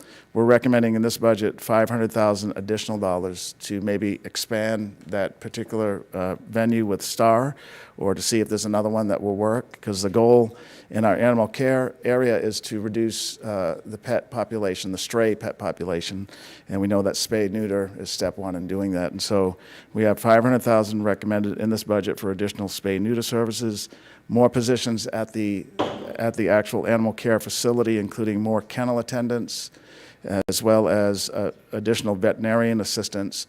By adding one more veterinarian assistant and converting a temp, we'll have 2 teams of veterinarians, a veterinarian and an assistant, and that'll be times 2.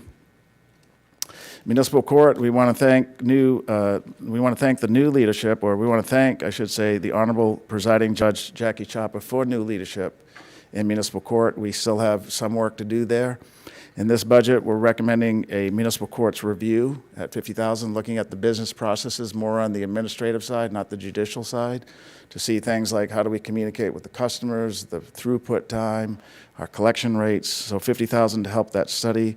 And to address some of the customer service concerns, we're recommending 2 court clerks, as well as on the magistration side, increasing part-time judges' hours, that budget, so they can do more magistration on evenings and weekends and holidays. Communications is an important part of our business here in the city, making sure our community knows what we're doing and they have a good sense for what we're doing. We know many council members and the mayor were at our unveiling of our new 311 number and call center. This budget adds some additional dollars for overtime to make sure we have good representation at the call center. There's also funding to train our communications teams. In our communications department, we have 311, but communications people that help with the media releases and so on.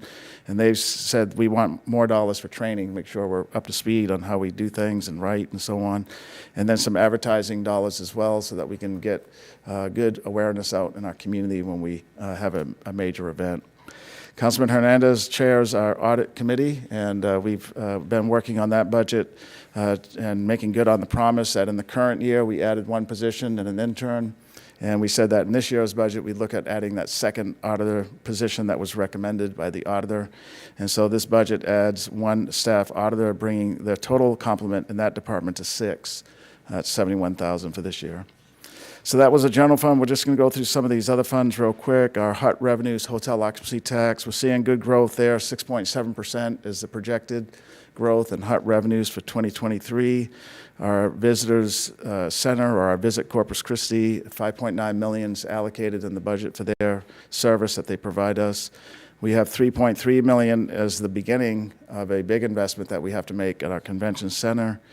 And then we continue funding for the Art Museum, the Museum of Science and History, the Botanical Gardens, and the Texas State Aquarium. Those 4 entities receive $1.3 from our HUT tax for either advertising or keeping some of their business operations open to the visitors.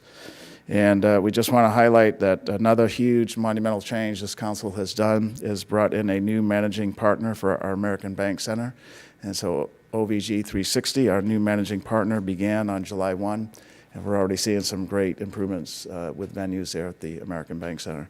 The mayor's state of the city address is the 4th of August, Mayor, right? August 4th? August 4th. And there we're going to see how well their food is, Councilman Pusley. So we met with the... You're not going to be yes. disappointed. We're not going to be. We had a taste testing already. It They're real is. excited about showing us that new food. I know. They have, Gotta be the the new mayor. group has not only a manager over the building, but they have a manager over hospitality and food service. On top of that, a chef that is outstanding. So, Mayor, we're looking forward to that state of the city address with the meal too. Dave City, what? Yeah. What did you say? I didn't hear you. I was saying we're looking forward to your remarks, but also the meal. Oh, right. Yeah. Okay, Remarks great. first. then meal. Oh, no, you should be. Wait, y'all are going to be so surprised. Yeah. And I say that because I did a tasting, and it was, I was envisioning your face the whole time. Yes. No, it's going to be so delicious. They're doing an amazing job. Yes, they do. So staying in our focus area of visitors and the destination, airport does have nearly $7 million. A lot of this you've seen already, but we just want to highlight it. There's money in the budget for a new outdoor concourse patio. When the weather cools a little bit, it'd be great to just step outside the concourse area there while they wait for flights. There's a new roof replacement and window glazing at the terminal, $2.5 million. And then improvements to restrooms, a nursing room, as well as an animal relief area. All improvements made at $3.6 million. So we want to thank Kevin and his team for improving our facility, and they're still working on flights, more direct flights, and better pricing as well. Development services is another one of our business areas, and we want to thank Al and Michael Dice and Nina for their leadership. I recently met with the developers. They meet every month. And they made it a point. I went up just to say hi to them, but they said, Peter, this department is killing it. They said they love the changes they see. They had no complaints. They said, as long as they keep doing what they're doing, we're happy. And the department shared this budget with them last Friday. And I don't think anybody, Councilman Barrero, did you get any calls from Wendy? No? Okay. Then it must be all right. I know they have some concern, obviously, about the fee adjustments. They agreed to a 4-year slight adjustment each year. And so the budget does continue that, some slight adjustments in the fees as prior approved to make sure we get the revenue to provide them the service so that their turnaround time is quick. You can see a number of things here that are on this slide. There's 14 positions added in total. What this will do is increase performance and plan review and increase turnaround time in field inspections. And that's all very important to the development community. So some good improvements there. The next two are water and wastewater, and the story on both of these is continued investment both on personnel and in infrastructure to reverse decades of neglect, and we're continuing to do that. We have positions to improve our valve construction and preventive maintenance team, a coordinator to help on purchasing and inventory, more persons at our what we call utility business office. This is where somebody who calls on an issue about their water bill.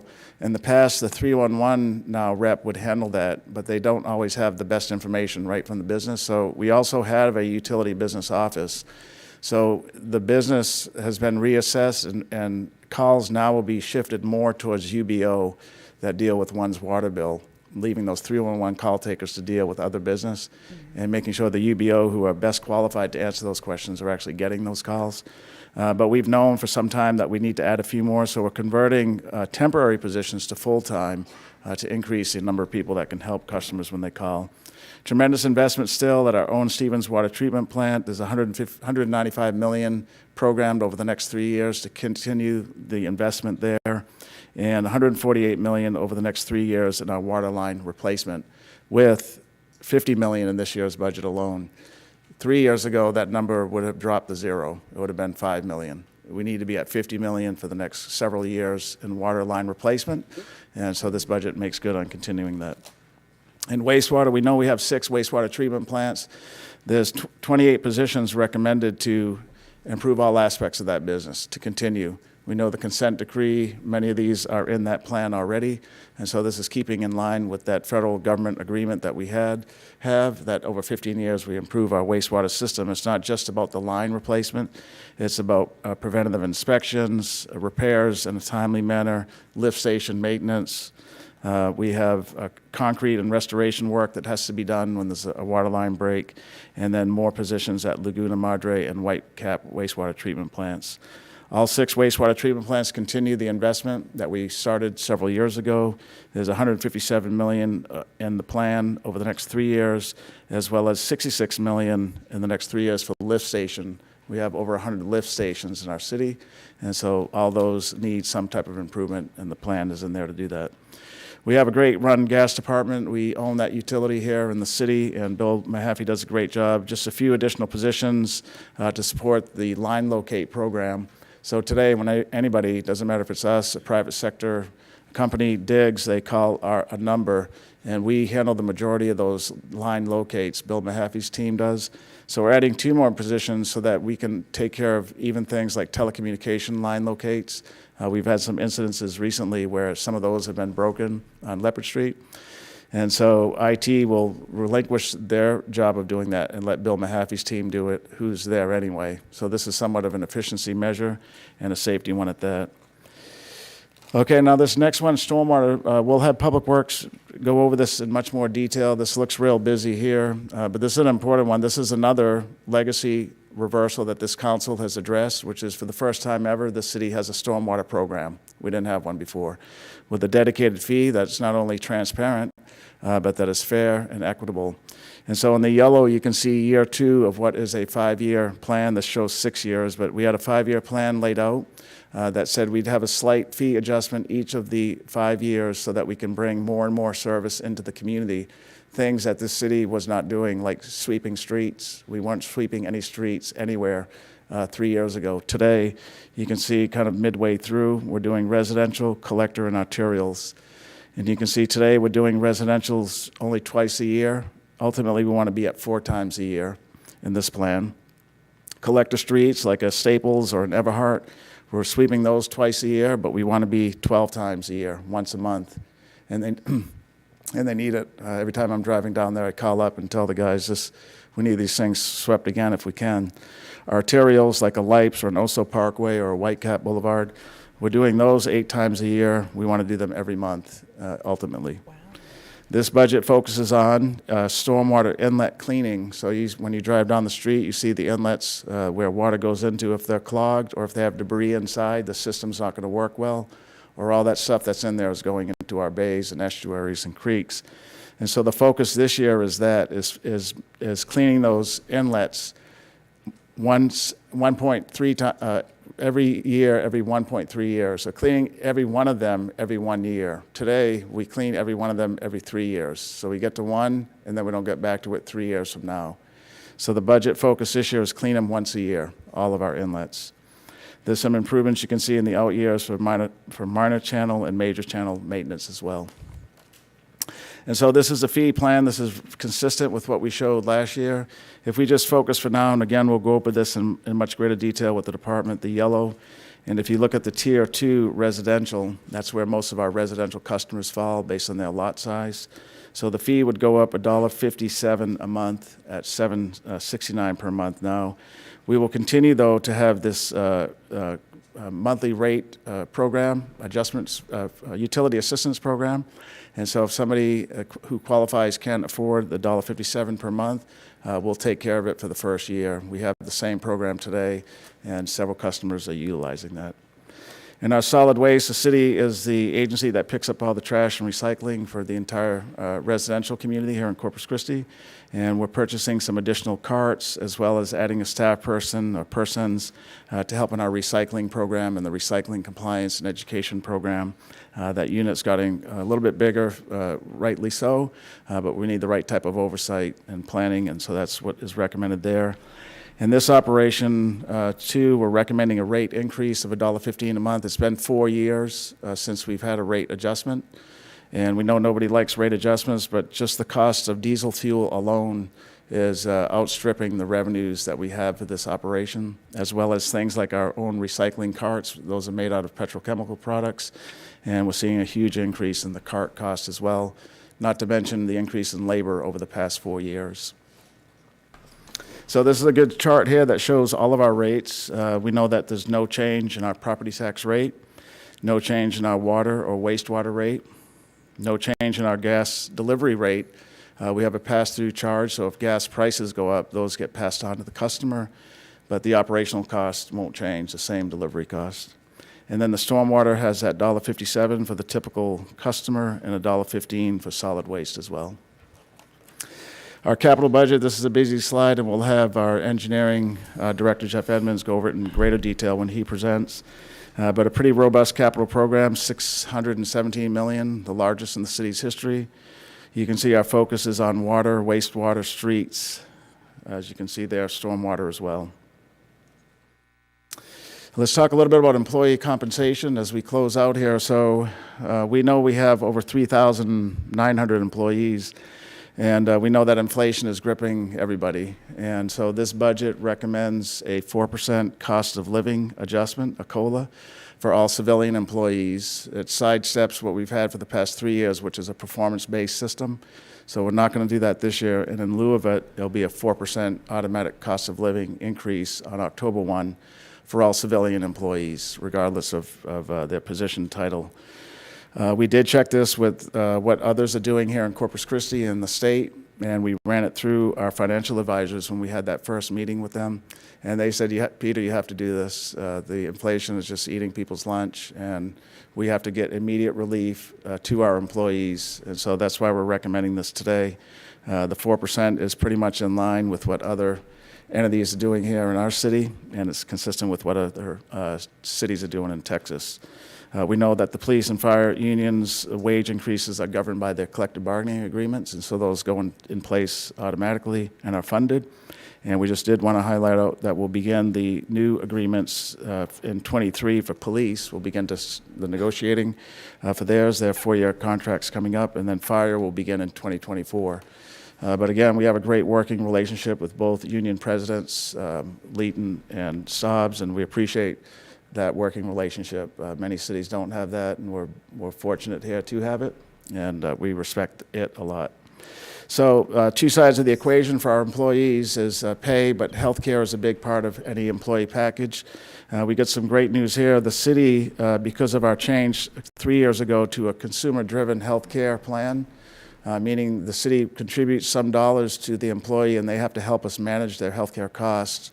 That is a very popular plan that many cities have gone to. The private sector has been using it for decades, but the highlight for the city, for our costs, is that police medical insurance premiums paid by the city are projected to remain flat. So for all our police officers, they're all on the CDHP plan. No increase on the taxpayer or the city for their plan. On fire, we have some great news. The fire has been migrating away from their PPO plan to the CDH plan, and we're glad they are because there's a 10% decrease in the PPO cost to the city, a 10% drop. And there's also a 12% drop in the CDH plans when it comes to firefighters, which is saving the city $700,000. And we told the fire union president and we tell the council that that $700,000 in savings, where you're still getting the same or better health care, helps us do things like buy ladder trucks that are $1.2 million, right? So the more we focus on being wise in how we use our taxpayer dollars, overall, the better we can run as an organization. And then on the civilian side, we're seeing some increases in that PPO of 11%, and so we're working on that. We want to try to migrate more of our employees to the CDHP, the Consumer-Driven Healthcare Plan, because this year we're seeing a 10% decrease in costs there, which is a great move. So this is even better news for the employee who would get that 4% cost of living adjustment, should council approve it. For the average employee that's on the Consumer-Driven Healthcare Plan, they will see a 10% decrease in their payroll deduction. Yes, meaning it's cheaper for us to provide them healthcare costs, for us and them as well. So they're going to get extra money in their paycheck, a 10% decrease in what they have to pay if they're on the consumer-driven healthcare plan, which is great. That's for the employee plus family. There's 3 different plan types to include employee only. And then there is an increase in that more premium plan, the PPO. That's going to cost employees 11% more if they stay in that plan. Here's the catch, though. They have the ability to switch over if they want to. It's up to them. It's their choice. Our Human Resources Department, led by Yvonne McHaney, have an extensive education program to make sure every employee is fully aware of the differences in the 2 plans and to help them show that the PPO is a more expensive option for them, and the consumer-driven healthcare plan is a much better offer for them. So employees can see, if they make the right healthcare choice, an increase in pay and a decrease in healthcare costs. And in a time like this with high inflation, that's really pretty commendable. There's no change to the fire or the police's payroll deductions for healthcare. And then sticking with the employee theme here, in this budget, a lot of directors talk to me about, you know what, we know we have issues on labor, and it's not always about the hiring process, but rather about how do we train and retain them. And so several departments recommended and we approved to present to the council programs that will help keep employees here with us.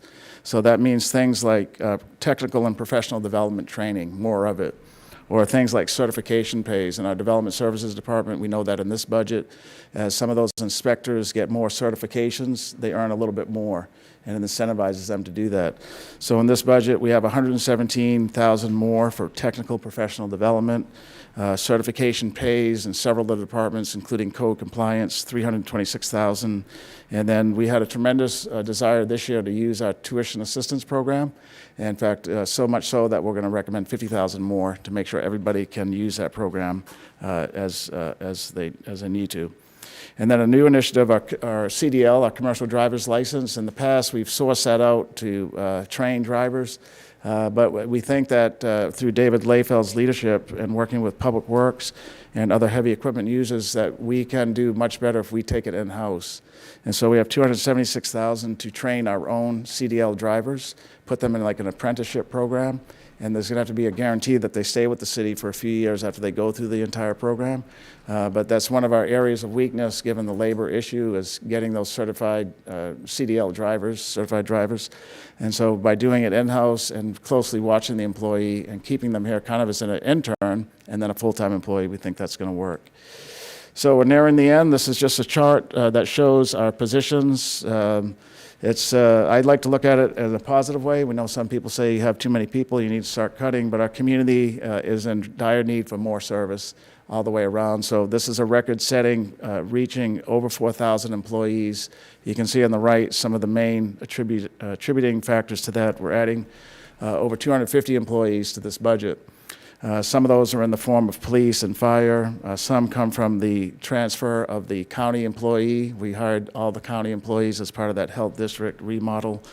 And so a total of over 4,000, but every one of these employees we know and we hear testimony constantly of how much the community benefits from their service and how much they rely on it. So some next steps coming up for the council and the community is we do have, as I mentioned, 4 council budget workshops. We'll go into much greater detail in all these high priority areas. We have 5 community input sessions that matter. Every budget in the past 3 years that I've presented to council, after going out to the community, even via Webex when we had the pandemic, we made adjustments to the budget to reflect the consensus of the community. We have public hearings here in the council chambers, and then a first reading on the budget August 30th, and then budget adoption on September 6th. So, Mayor, before I conclude, we do have to highlight some of our employee teams that have helped make this possible. We know that our budget office has worked extensively over the last several months, giving up their 4th of July break, their nights, even their weekends. All of us have been here the past couple of weekends. So I want to point them out. They're here in the audience with us, but we know Constance Sanchez, our Chief Financial Officer, is the lead. And Eddie Houlihan, our budget director, is here with us. Thank you, Eddie. And then over there, we have Christine Garza. Camille Taras is here. Camille, great job. We have Melinda Cantu-Martin, Donna Vickers, Vanessa Sanchez. New is John, not new, but John Juarez, right? There you go, John. And then JR is new, JR Barantitos, right? Okay. And then Kelly Davis as well. We want to give these fine men and women a round of applause for the work that they've done. Right?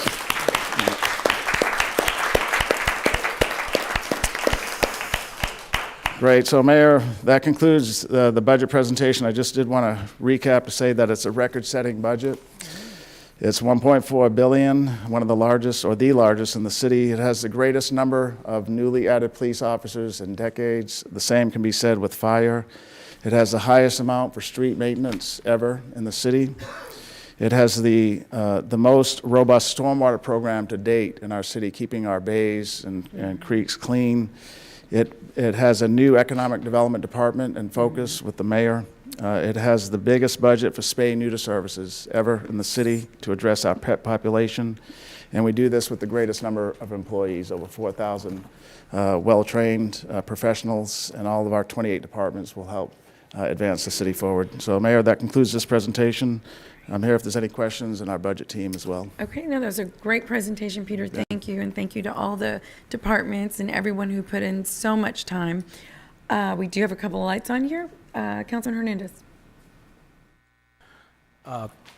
Thank you, Mayor. And Peter, I don't expect you to answer these. I kind of expect them during the workshops time frame when we go over this.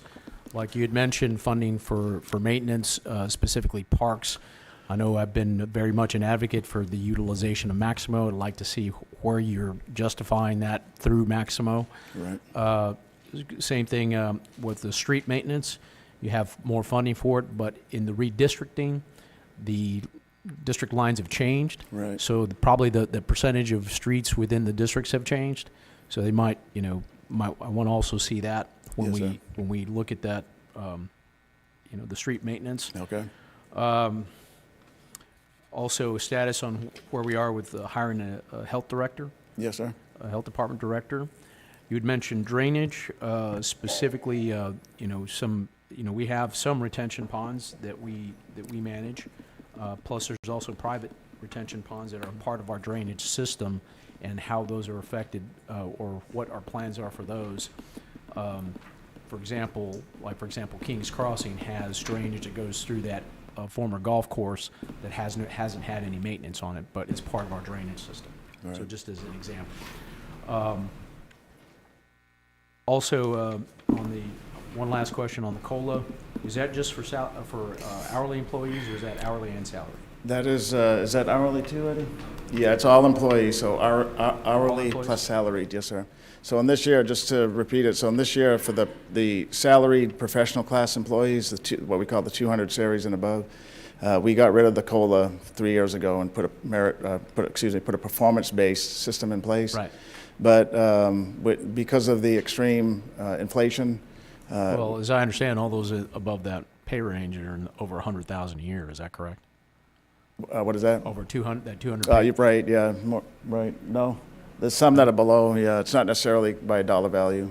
It's by their job duties. But the point is, yes, a 4% COLA for all employees. I want to get some more detail on that because yes, we went through a process to get to that point. So, right. We'll have a better explanation there. Yes, sir. And lastly, I know a few of council members and myself, we were talking about actually having assistants. Right. Because we get inundated with right. So we're going to talk to you a little bit more about that as well. While some council members have expressed that interest, it hasn't been a majority. Not to say that that's not a reason to look at it. What we are looking at is that we know the new 311 call center should take a lot of calls off the council members as we advertise it more. We're going to see how we can maybe get some of the emails addressed to those employees as well.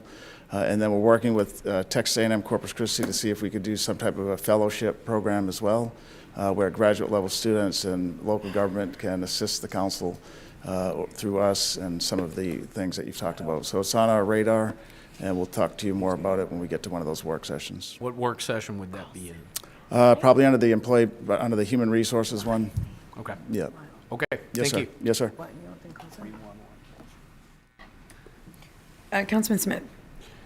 Thank you. Thank you for the in-depth presentation, and thank all the staff. Just a huge amount of work in these books with it on there.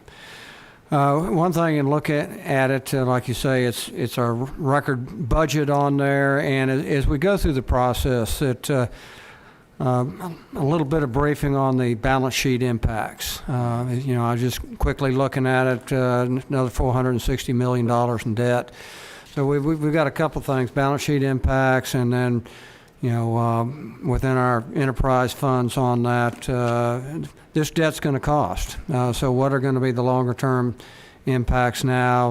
We're talking about no rate increases on wastewater or water, but as I'm looking at $300 million in additional debt, it's got to be paid for. So just as we go down the process, A, how's it going to alter our balance sheet? And B, what are the impacts in those areas where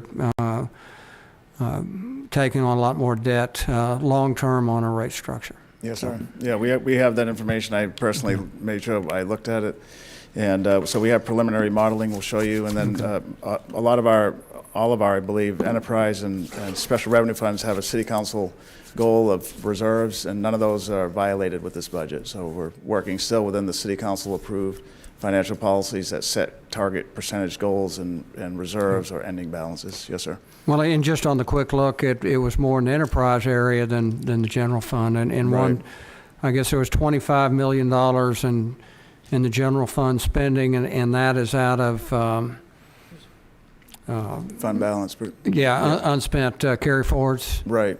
Basically. 22.7. Yes, sir. Yeah. Okay. Okay. Well, thank you very much. And I'd like to say I was one of them that felt that we ought to have a little bit of staff support for council, not much, advocating for it. I personally, the 311 system, the kind of calls that I get, just a minor bit. I think this council needs it on there. I don't know about the rest of my council members, but I wasn't the one that was saying, no, we don't. I was one of them that says we were. So that's my 1 out of 9 on that one. So Okay. thank you. All right. Thank you, Councilman. Councilman Pusley.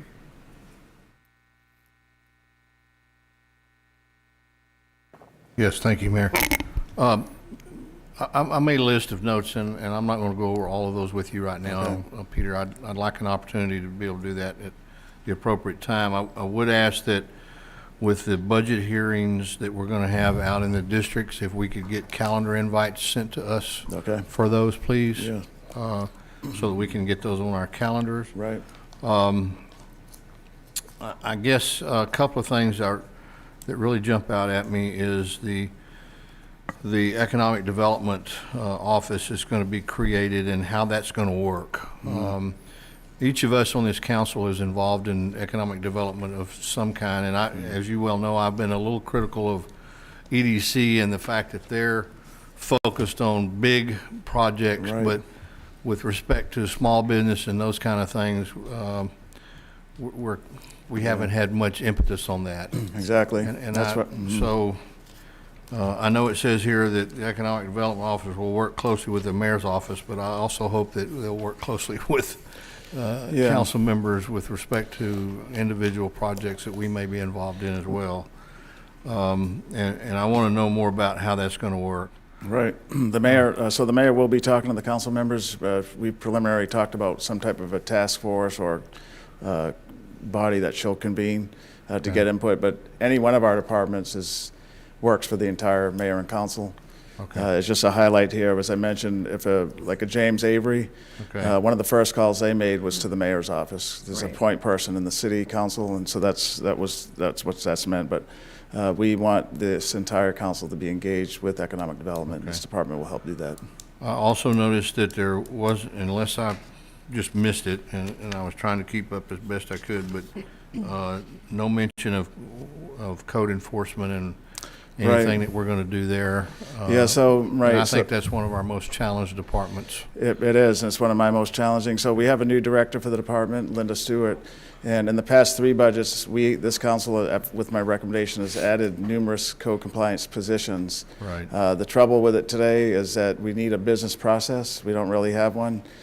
We've had turnover in that leadership role in that division. Right. So the focus, instead of just adding more positions only to let them sit vacant, what we're focused on, what Linda's working on right now, is a leadership change plan as well as a business process change. And so to include maybe looking at some consulting services using that budget to figure out how are we doing our code services and how do we do them better? How do we do them best practice? So that's very much in our radar. It was intentional to not add anything so that we can fix the business first. Then we'll add some more next year or even mid-year if we need to. Okay. Yes, sir. And I too agree that we need to look at some sort of staff assistance for council members. It's just become overwhelming with emails and I know the 311 give us some help. You know, I've already told some constituents, you know, call 311, they'll help you out. Right. But there are a lot of times those constituents, when they call a council member, they expect them to respond. So Okay. I think I agree with Councilman Smith, that's an issue. And then also, one we've talked about before is, you know, the allowance that council members get for a car allowance. Right.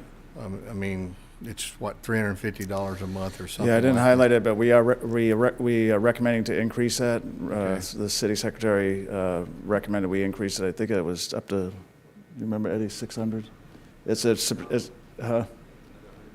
Yeah, it's a substantial increase to be commensurate with, one, it hasn't been updated in some time, and two, the cost of Yeah, gas is. I fill my yeah. car up twice and it's Right, $350. yeah. Yeah, that one's increased, and I think the expense allowance as well. We'll go over that with you when we go over the human Okay. resources All right. side. Yes, sir. Very good. Yeah. Well, Yes. I'm very excited about this. Yeah. It's great work. Thank you, staff, everybody that participated. It's a great Yeah. job. And I really like the format and presentation, and I'll reserve the right to go through some of these in more detail Absolutely. with you. Yeah, this is just this is just the beginning. So we have 5 weeks of work. Next week, there's one work session, but the next 2 weeks, every day, we'll be with each other. Good. Working in budget work sessions, working in the community, and having a council meeting. So kind of like that heck week or hell week they call it in school.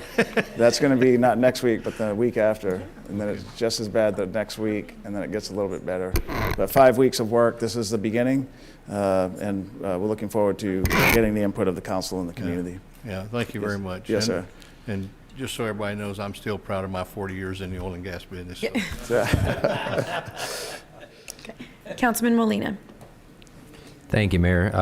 Councilmember Puzzle, I have to apologize. You may be inundated because I forwarded all my calls to you. Yeah. That's why I've been smiling so much. City staff, thank you all for putting this together. I know that this is a long process, and you know, without the work that you do, I'll tell you, the work that you do makes our jobs a little easier. So thank you all for doing this. Peter, I've got some questions, and I'm not going to take up time here. I know that we'll have some meetings subsequently after this, but yes, sir.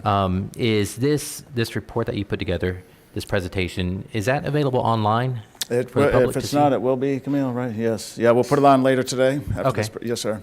Yeah. Yeah, it's a great presentation to summarize what is hundreds of pages of material. So It is very well put together, so Yes. thank you. Yes, sir. And we'll also have a video that we'll have, and that will be online ultimately as well.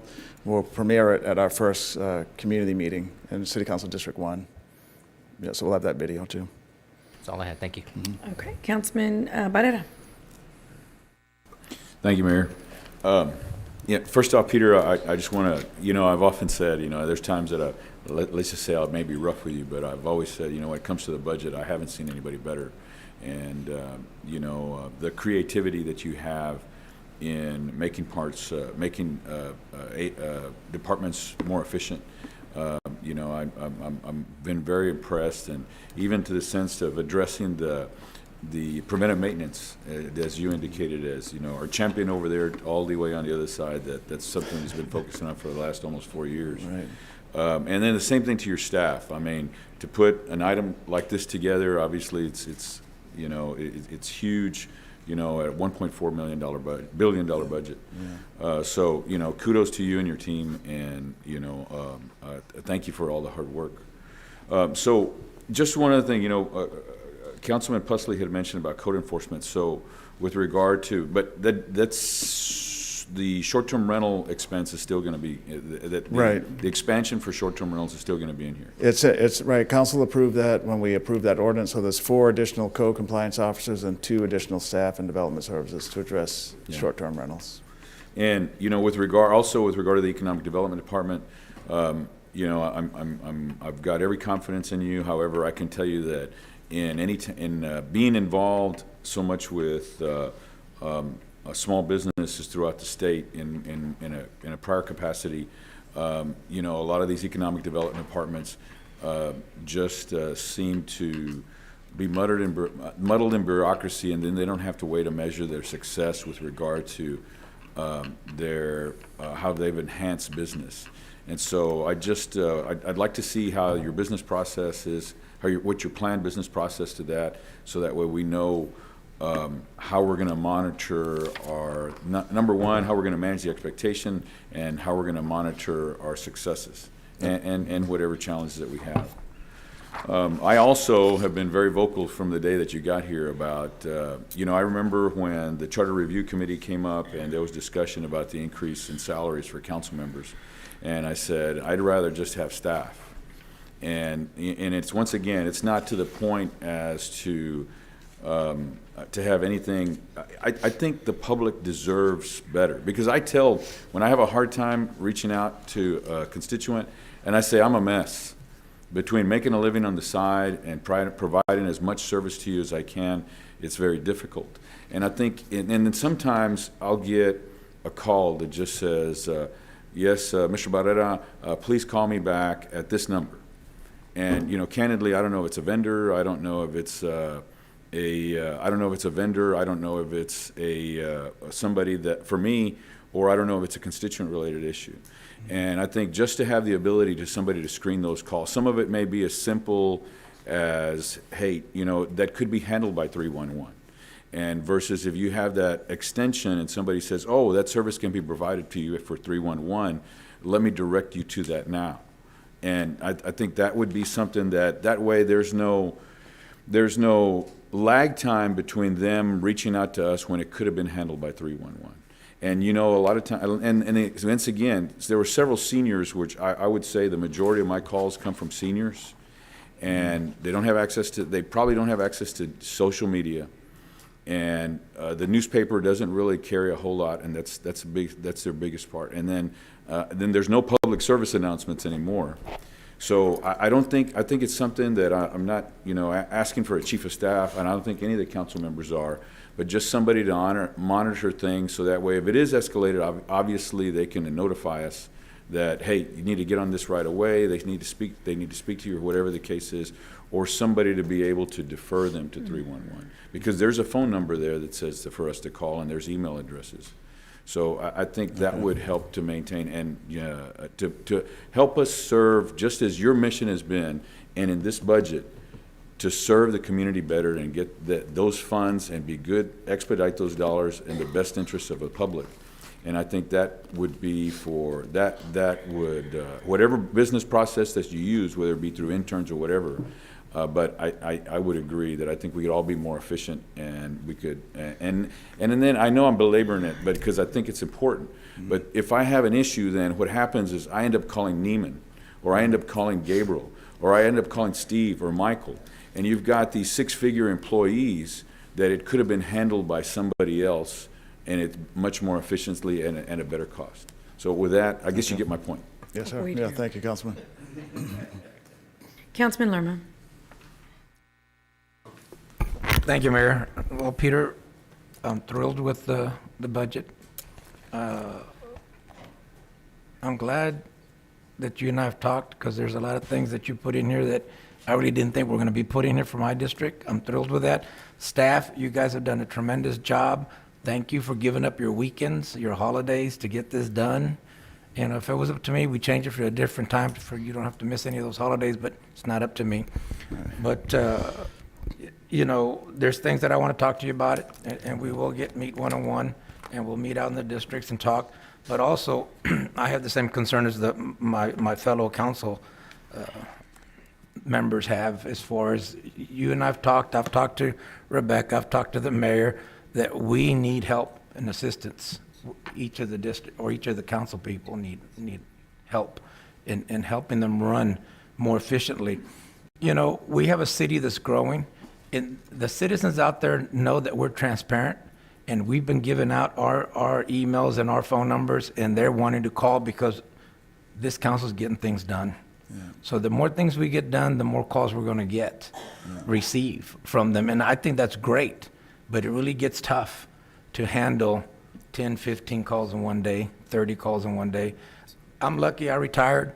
Most of my fellow councilmen here work for a living, and then they try to do it.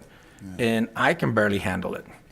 Yeah. You know, so I can imagine what it's like for them to do this, you know. So I too am asking for help. Okay. And I think that's important for us to be more efficient. Like Councilman Barrera says, we want to provide that service to the customer. And they are customers, they are residents, you know. They deserve that. And none of us want to fail on anything. But sometimes we aren't able to get back to them as fast as we want. And with that assistance, I think we would get there. So I'd greatly appreciate it if you guys would take a look at that. Okay. Thank you so much. Yes, sir. Councilman Smith? Well, and just to follow up on there, this is really for the public. City council members have absolutely no staff. We answer our own emails. We do our own calls. There's one office for all 8 of us. So I know it's could seem kind of petty, but here we've got a $1.4 billion budget, and like I say, we're doing it all on ourselves. We get no assistance from the city. So what we're asking for is just a little bit of help on there with it. We earn our $500 a month with it, so thanks. Okay. Councilman Hernandez. I guess it's more than, it's a majority of councilmen. I forgot to mention, I do want a copy of the line item budget for Right. each of the departments. So I did mention it to Mr. Houlihan there, and to make sure it gets to us before the budget workshops. Right. Okay? Yes, sir. Thank you. Okay, so Okay. for the record, I wish everyone was so vocal back in 2016 to 2020. God, I did it all on my own. Yeah, but no, I support it, but organization, maybe we should have a workshop. How to answer phones, emails, work, all at once. No, I support it, and I say that because, you know, they're laughing because, of course, I have staff now, but that took 4 years, boys, 4 years. So I support that, and I think there's a way that we can, you know, figure something out, because I understand. I mean, even with staff, it's unbelievable, you know, the amount of emails and such that we have. So that said, Peter, I think that's all the lights, and again, we thank you all. We really appreciate it. I know many nights, you know, you're here, I'm here, they're here, that's for sure. And so we appreciate that, and we appreciate you all being here as well. And I'm going to praise libraries real quick, because I think libraries were kind of swept under the rug. I know you know, in 2016, they certainly were. And so thank you for all you do. They're critical to a successful city and to the people of this city. So know that you are very much supported, and I think that that shows in this budget, and we'll continue to do that. So thank you. Right. Okay, Peter. Okay, good. Thank you, Mayor. Yes, okay. Well, I'm going to try and get through, I know lunch is ready, but we're just going to go to items 1 and 2 quickly, and pass the consent agenda. So item number 1 is a resolution to consider a proposed ad valorem tax rate of no more than 0.646264 per $100 valuation for fiscal year 2023, taking a record vote, and setting the date for the City of Corpus Christi's proposed fiscal year 2023 budget and proposed fiscal year 2023 ad valorem tax rate public hearing and first reading ordinances on August the 30th of 2022, with adoption of this fiscal year 2023 budget and fiscal year 2023 ad valorem tax rate on September the 6th of 2022. Councilman Smith, you have a comment? Well, I'll wait till. Oh, okay, Heather, I'm sorry. Good afternoon, Council, Mayor. Heather Hurlbert, Director of Finance. So this item before you is a procedural step required by state law as part of the truth in taxation. So the action today will set a maximum rate that can be considered for adoption by City Council and set the public hearing dates of August 30th and September 6th for adoption of the tax rate and the budget. Staff recommends a maximum tax rate of 0.646264 per $100 valuation, which is the same tax rate as adopted in fiscal year 21 and 22. The actual tax rate will not be adopted until the second reading of the tax ordinance on September the 6th. So the actual proposed rate may change after certified rolls are received from all the counties and the truth in taxation calculation is completed for the voter approval tax rate. The tax rate, the rate that is proposed of 0.646264 represents the maximum tax rate that the council could adopt And as we proceed through the budget process, a different rate could be proposed and considered for adoption. So what this does today is that you're not setting the tax rate, you're just setting the maximum tax rate that the council could adopt as we go through the budget process and have our public hearings and reading of the ordinances. Councilman Smith. Really, this is maybe a question for Peter. So, Peter, does the budget fall within the 3.5%? The budget that you just proposed? Yes, yeah, we believe that it's not in excess of the 3.5%. So we Okay, believe so- that the revenues that we have included in the budget are within that 3.5% year-over-year revenue growth. Okay, Yeah. and we just got the certified tax rate within hours, or correct? We're still waiting on that. Yes. And the reason I'm bringing this up, because reappraisal's 11.5%. If we do the 3.5% on there, we should have a pretty good reduction in the tax rate. Is that not? That is a possibility once once all the calculations are run, just because we have had such great growth on existing properties. Yeah, a great increase in valuation Yes. on there with it. Yeah, I know this is process on there. I really don't like voting for this existing last year's rate, knowing that it's going to be coming down, because people say, well, you voted for this. But in doing this, I will not be supporting a tax rate that falls outside of the 3.5, which then, based on the numbers, the preliminary numbers that we have right now, will result in a fair reduction in the rate. Well, so Councilman, what we're thinking is that we don't have to have a reduction. Based on looking at the numbers, working with Ronnie Canales at the appraisal district, and using last year's model as a guide, and being aware that the state allows cities to have what they call a carryover. So last year we didn't reach the 3.5%. So that difference you can apply to this year's growth factor. So in reality, we have more than 3.5%. Okay, so are we going to do it within 3.5 or not? Well, it's the 3.5 plus any carryover. Okay. So this budget assumes this tax rate. If we lower the tax rate, then we have to start eliminating some of the initiatives. Okay, so this budget assumes the 64 cents? Yes, sir. Right. It assumes the tax rate that is presented, that 64.6. It assumes that level of funding. So if we have to lower the tax rate because of the state law or the council's desire to do so, that means less revenue, and then that means less, we'll have to cut something. I'm having a little difficulty because we showed the reappraisals an increase of 11.5. Right. You're saying that budget's only up 3.5. But Yeah. we're keeping the tax rate. Why the gap? Okay, so it's two different percentages, just for you probably understand it, but just so the viewing community and others who may not. So the 11% is the growth in value.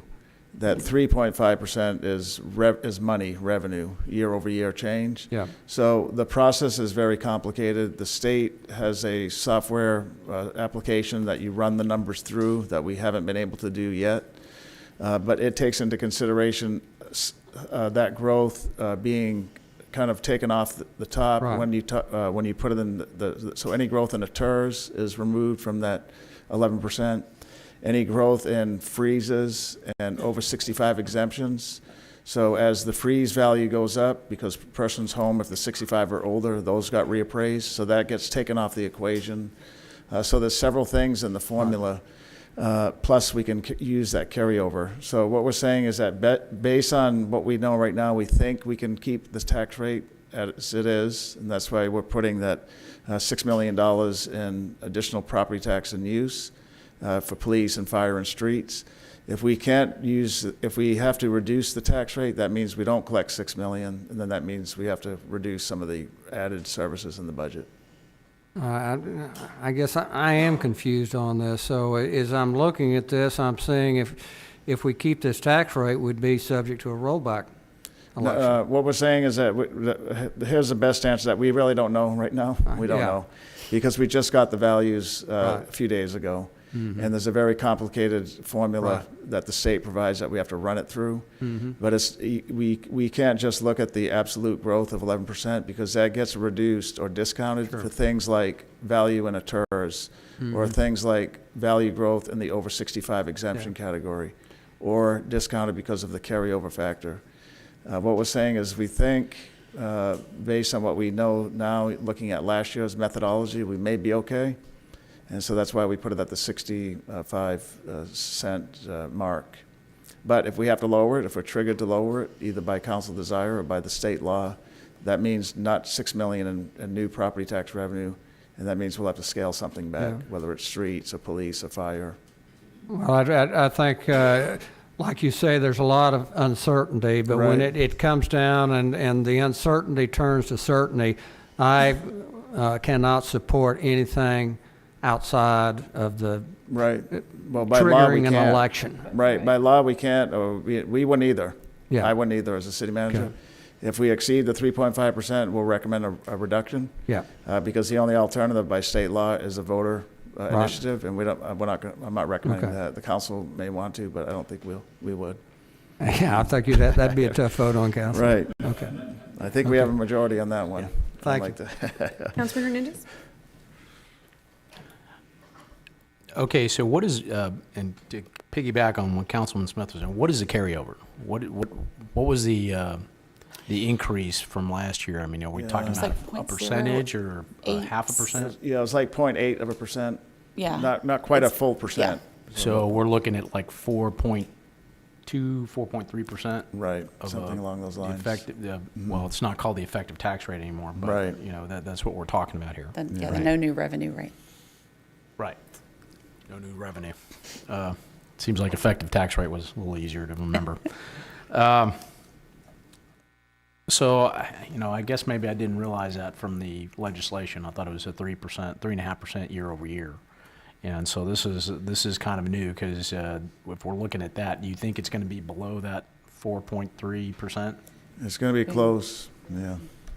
It may be right on, or it could be either way. We just don't know because we don't have good data. The state that developed this system didn't give us a lot of time. We just got the certified roll. It was supposed to be Monday, but Ronnie actually gave us something Friday, which was not, we got it a few days sooner. But without the application from the state and working with Kevin Kieschnick, we can't really tell for certain.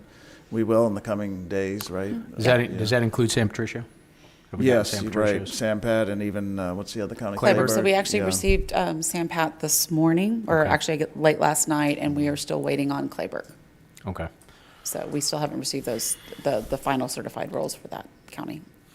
I don't know. I'm not sure if I'm comfortable with the 4%. We'll wait for the we'll wait for the presentation. But you know, so I wanted to know when we were expecting this information, but at least give us a heads up prior to the meeting so we we have some idea of what we're going to be looking at, and because I'm wondering if that was really the intent of the legislation to have that carryover, but I'll leave it at that. Yeah. Thanks. Councilman Puss. Yeah. So Heather, would this represent the effective tax rate under the old scenario doing it or not? What we would hope that this would represent the what they're calling now the voter approval rate, or what would be considered the rollback rate. We're hoping that after the calculations, So this would be the amount above the effective tax rate that you could go to. Yes. Okay.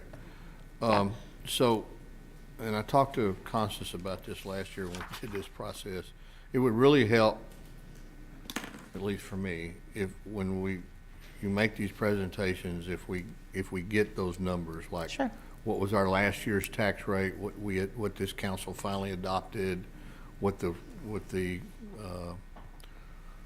amount was that we could roll forward from last year to this year. So all that information in here will help us make a better decision. Exactly, and we will definitely bring that forward. I think last year I had brought a lot of that information forward as we talked about the tax rate. Yes. I did not bring it forward this time because this is just setting that maximum amount. You're not adopting a tax rate. Right. You're just saying that you do not intend to adopt an amount over the 64, 62, 64. What did we adopt last year? Do you remember? 64, 62, the 64. same thing? Mm-hmm. Okay. Exactly. It's the same tax rate for fiscal year 21 and fiscal year 22. Okay. Okay, thank you very much. Sure. Okay, I'm going to go ahead and open public comment. Is there anyone in the audience that would like to speak on item number 1? Okay, there being no one, I'll close. Oh, I'm so sorry. Yeah, come forward. Yes, ma'am.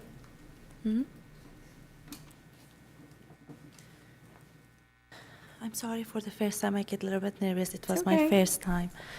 Just, I want to ask you if about the letter I give it to you, and we was asking about the 3 units. I want to know what's your idea and if you can. Well, actually, this is just for this particular item. That you would be able to speak on. But we can certainly have staff. Peter, can we address her concern with staff on a particular item so we can make?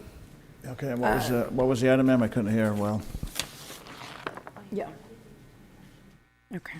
Okay, oh, this one that we had earlier? So I think Okay. she's got some questions on that. Maybe staff can address that, Okay, Peter. yeah, we'll have, Okay. yeah. Is there anyone else that would like to speak? Yeah, Neiman's gonna help you, ma'am. Oh, The sorry. gentleman with the blue suit and blue tie.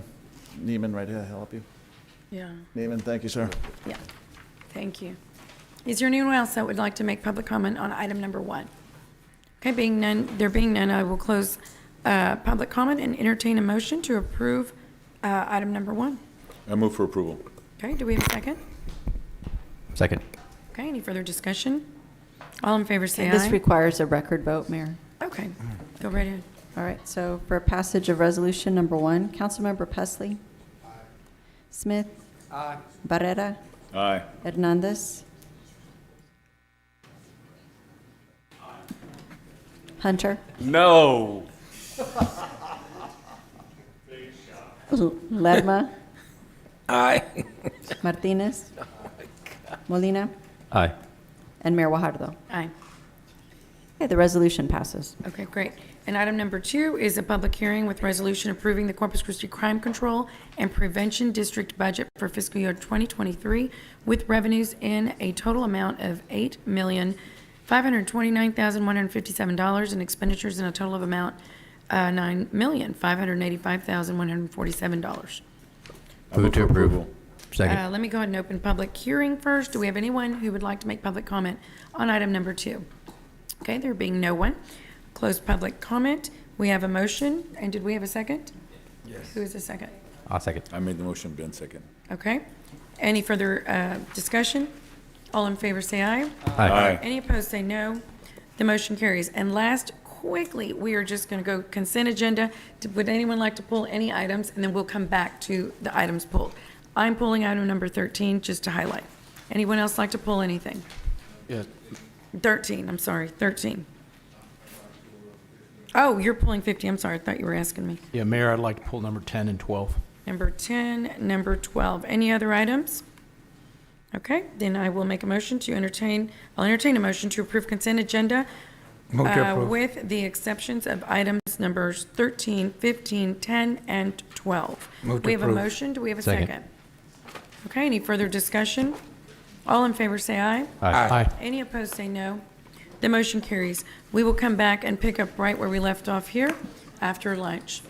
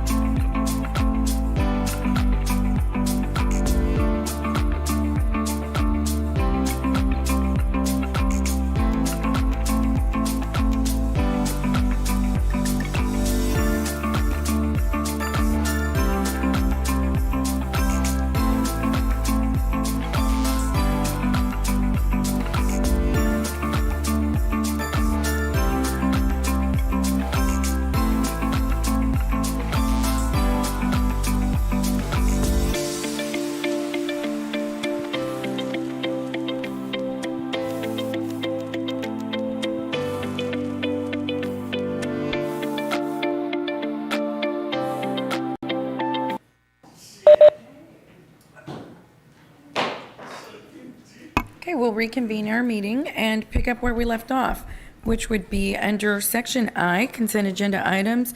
Item number 10 was pulled by Councilman Hernandez. Item number 10 is a resolution authorizing execution of purchase orders for Corpus Christi Water up to a cumulative total of $4 million. Councilman Hernandez, your question. Okay, and I'd like to thank Gabriel and West there for calling and kind of describing what this is. And, you know, in that discussion, there was issues of trying to get purchase orders, and it was taking too long, and they would lose the ability to order these products. And I kind of wanted to kind of describe what exactly happened there and what was taking so long to get to those purchase orders. Certainly, Councilman. Josh Cronley, Assistant Director for Finance. So essentially what we've been experiencing on the water wastewater side is some disruptions with our supply contracts. So we've taken about 15 contracts over the past 12 months, 7 of which have been, without giving the vendors' names, essentially they've run into issues and they've been unable to supply us with the items on contract. They've either asked us to terminate, to do a forced terminate, or they've just told us that we can order it, but we have an indefinite back order and we don't have a delivery date or quantity. And so what we're trying to do with this item is make sure that you guys are aware of the supply chain issues affecting the water wastewater department, and get your help in being a little bit more flexible to be able to procure the pipes and valves and different items that they may need in order to help with water line replacements and breaks. Okay, and then it's only these specific 17 items, right? Yes, we're not asking for the kingdom. We wanted to limit it to these categories. These are the products that we're having great difficulty procuring. Vendors don't want to hold pricing for more than 30 days. And the process for getting to council can sometimes take a little bit longer than 30 days. And so we've even had a couple go through that we were able to make it within that time frame, and we went to put in an order and the vendor said, I'm sorry, I can't honor that price anymore. The market shifted, or they didn't have it available. Okay. This kind of gives you, and I'm not sure what the amount, what the individual amounts of these would be. But you're kind of asking for kind of like pre-authority to spend $4 million. Yes, capacity of up to $4 million, but this isn't. These aren't funds that we're going to be used for anything other than these products. So we're not asking to appropriate new money, or we're not taking money away from any other ongoing project. We're just trying to have some flexibility with our ability Okay. to get these. And this is for a specific time for this year, for the remainder of this year, this fiscal year, and next fiscal year only. Correct. It doesn't go beyond that. It does not go beyond that. Okay. All right, thank you. Councilman Pusley? So my question is, if this is coming from budgeted funds, is that correct? Yes, sir. This doesn't involve a contract that we're signing. Correct. So why are you bringing it to the council? Well, many of these purchases are going to be over $50,000, and again, with the 30-day issue of being able to get these in front of you fast enough for them to be able to purchase the product before another. But I thought if it was approved in budgeted funds, you didn't have to do that. No, I still every item that we bring forward on the purchase, if they're over $50,000, they still come for your consideration regardless of whether they've been included in the budget, because we need your blessing to enter into the purchase agreement. Yeah, the city manager and city staff only have authority to spend up to $50,000 on any type of, even if it's in the budget, the money. And so is that the state maximum? It's consistent with where I worked before, but yeah, 50,000 is normally the level at which it is the limit of our authority here without a city council, city manager declared emergency, but it's also the limit of the general authority under to not have to go to competitive bidding. Now, there's other exceptions for competitive bidding for health and safety, and you are making a finding in this resolution that it's a health and safety item, and all of the items on Exhibit A are clearly health and safety. Okay. Okay, thank you. Okay, no other questions then. Move to approve. Second. Okay. Any further discussion? All in favor say aye. Aye. Any opposed say no. The motion carries. Item number 12 was pulled by Mr. Hernandez as well. Motion authorizing a professional services contract with Ardura Group, Inc., Corpus Christi, Texas, to provide design, bid, and construction phase services for Broadway wastewater treatment plant, third clarifier in an amount not to exceed $845,000, $575. Yeah. Mr. Hernandez. Okay, this was from the Broadway plant that was originally supposed to be completed by the firm that we're in lawsuit with, and maybe, Miles, you can kind of comment as to, are we, I mean, I thought we had something figured out there, are we, I mean, just whatever you can say. The lawsuit, it ended in a, well, it's not over yet, but we received a judgment in our favor in court, and we'll be going, I expect there will be an appeal by the losing party.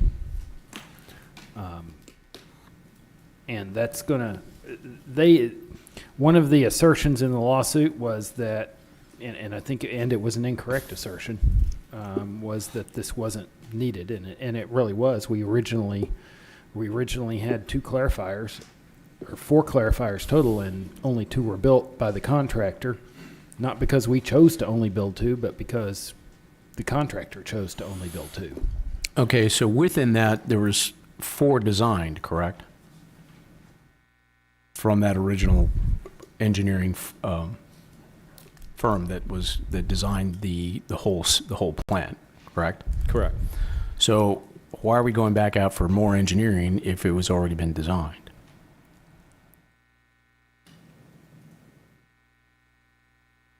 Well, I think part of the answer to that question is there are changes that are going to be made to that design. We're not just putting them in as they were originally designed.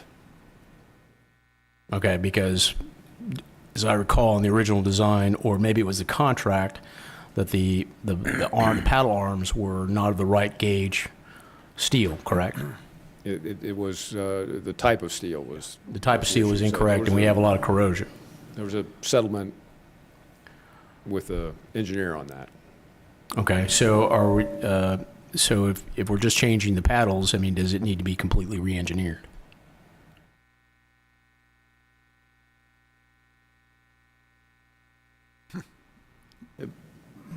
I guess it's possible it might not need to be. So that's why I'm asking. I mean, we're going to go spend a lot of money to re-engineer this thing just for one, not 2.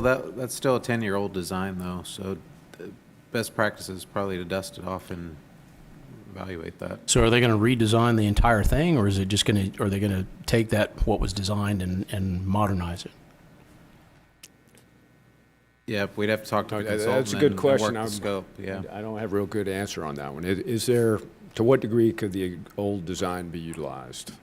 Okay. Yeah, And we'll does have to that talk to reduce the level of Ardura effort? about All right, that. and then work it why out. are we only doing 1 and not 2? So I know it's in the operationally- CIP as 1, but why aren't we doing both? Right, because operationally, the run's efficient as long as you have, with 3 running, it's the most efficient, right? And then if 1's down for maintenance, you need 2. So currently, since we only have 2, if you take 1 down, then you're down to 1, and then you have issues. So that's why we're doing 1 more. But this is in the design, right? So wouldn't it be more efficient to design both of them and just build 1? Or, I mean, if we're spending this kind of money for 1 design, how much more would it be for 2? And considering we just looking at maybe revamping the original design. Yeah, I guess that would be if we needed 4, but we don't. Currently, 3 is the optimal amount. But the original design was 4. From the old design, yes. Yeah. Okay, there's some questions here as to what is the best way to go forward, and nothing against Ardura. I think they're a fine organization, and I'm sure they could do the job. I'm just wondering if we're paying twice for the same thing, and then can we take advantage of what was already designed so we don't have to recreate the wheel?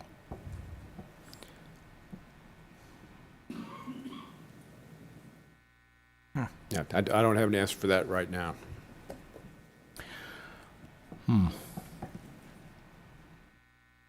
Maybe this, maybe we need to bring this back to us once you have that discussion, because, I mean, I don't want to approve something that I have a lot of questions about and there's no answers for.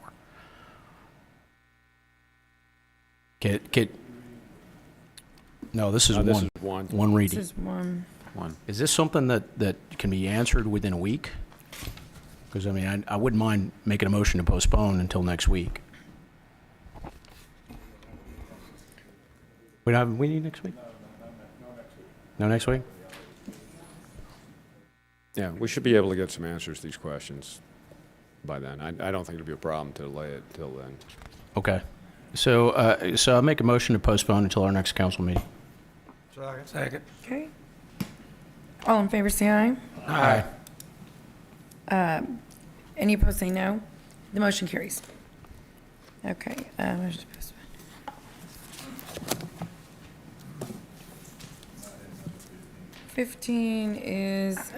Item number 15 is a resolution amending and reaffirming the City of Corpus Christi's investment policy and investment strategies for the fiscal year 2022-2023. And Mayor, I had brought this up a long time ago, and you and I had a conversation about it. I still don't understand why we don't have a member or members of the council serving on the investment committee, even if they're a non-voting member of that investment committee. I just think it's financially expedient to have a member, because we are the ultimate body that, or this group is ultimate say-so about whether these get passed. And not that I have any distrust about any of y'all, it's not even a question. But, you know, I just think that it's a financially responsible thing to do, is to have a member of the elected body at least sit in on these meetings. And I'm not looking for a job, I promise you that. But I don't know how the rest of the council feels about that. But at the county we had a member of the Commissioners Court sat on the investment committee. And you know, there's a famous story, they even made a movie about it, about a school district where this investment committee was made up of the superintendent and people who worked for him, but there was no elected member on that body, and they ended up being scammed out of hundreds of thousands of dollars because nobody that worked for the superintendent wanted to challenge them. Not that we'd ever want to challenge Peter, so, but anyway, I just think that's something we should look at. Yeah, can I just add, I sit on those committees, I actually take advice from the financial advisors. I rarely give any out in those meetings. It's real. No, I know that. Yeah. We had the same thing at the county. We had a Right. financial advisor that came in. We had a bank guy that came in. I read the whole document that y'all gave us, and it's very similar, but except for the fact that we had a member of the court that sat on that investment committee and sat in on the meetings. So I'd like to make a motion that we investigate that possibility. Yeah. Yeah, I think that's probably where that should go right now, is look into how would that work overall, right? Yeah, how we would How develop would it. it work? Yeah. Can we do that, Peter? I don't know if you need a motion or direction. I think we have it. You can vote on it if you want, but we have it. We'll bring it back to well the then, report. Yeah. if we don't need a motion, I won't make one, but I think we have it. We'll come up with we'll look at what some of the other cities in Texas have and Yeah. come back with a recommendation. okay. Yeah. I appreciate In that. pretty Thank quick you. time, yeah. With that, I make a motion, we approve this item. Second. Okay, any further discussion? Yes. Oh, I'm sorry, Mr. Hernandez, yes. Question on page 12 of 13. You have the Texas Utility System Junior Lien Improvement Bond Escrow Fund strategy, and it's, I guess, goes with the Bank of New York Mellon Trust Company. Is there a Yes. reason why we're using the Bank of New York? So that is for the escrow. I believe that has to, I think that is who, There's no Texas banks we could use for an escrow, or? Sometimes it is challenging to find companies that will handle escrow accounts because of the type of funds they are. I know we use Bank of New York Mellon, and I also believe we use, I can't remember what the other bank is. A lot of times, especially since I think this may have to do with Texas Water Development Board, I'll have to double check. And so they do have a preferred escrow, which is the Bank of New York Mellon is who they prefer that we use. It doesn't mean we have to, but a lot of times we have used that, so. Okay, to go with Councilman Barrera's choose local, it's kind of hard to say we're providing, using a bank out of New York. It's like that old Pace commercial, New York City, right? Can you explore that and see if we can do something local, more local, whether it's just Texas or, maybe one of our local community banks or Sure. whatever that may be. Sure, and I can almost 100% guarantee you we're not going to be able to use a local community bank just because of the That's fine. collateralization. Probably the size, ability, and how much money they Exactly. can do, so. Yeah. All right, thank you. You're welcome. Okay, we had a motion and a second, right? Okay, all in favor say aye. Aye. Any opposed say no. The motion carries. And item number 13 was just to highlight it. It's a motion awarding a construction contract to J.M. Davidson for our Bay water quality improvements.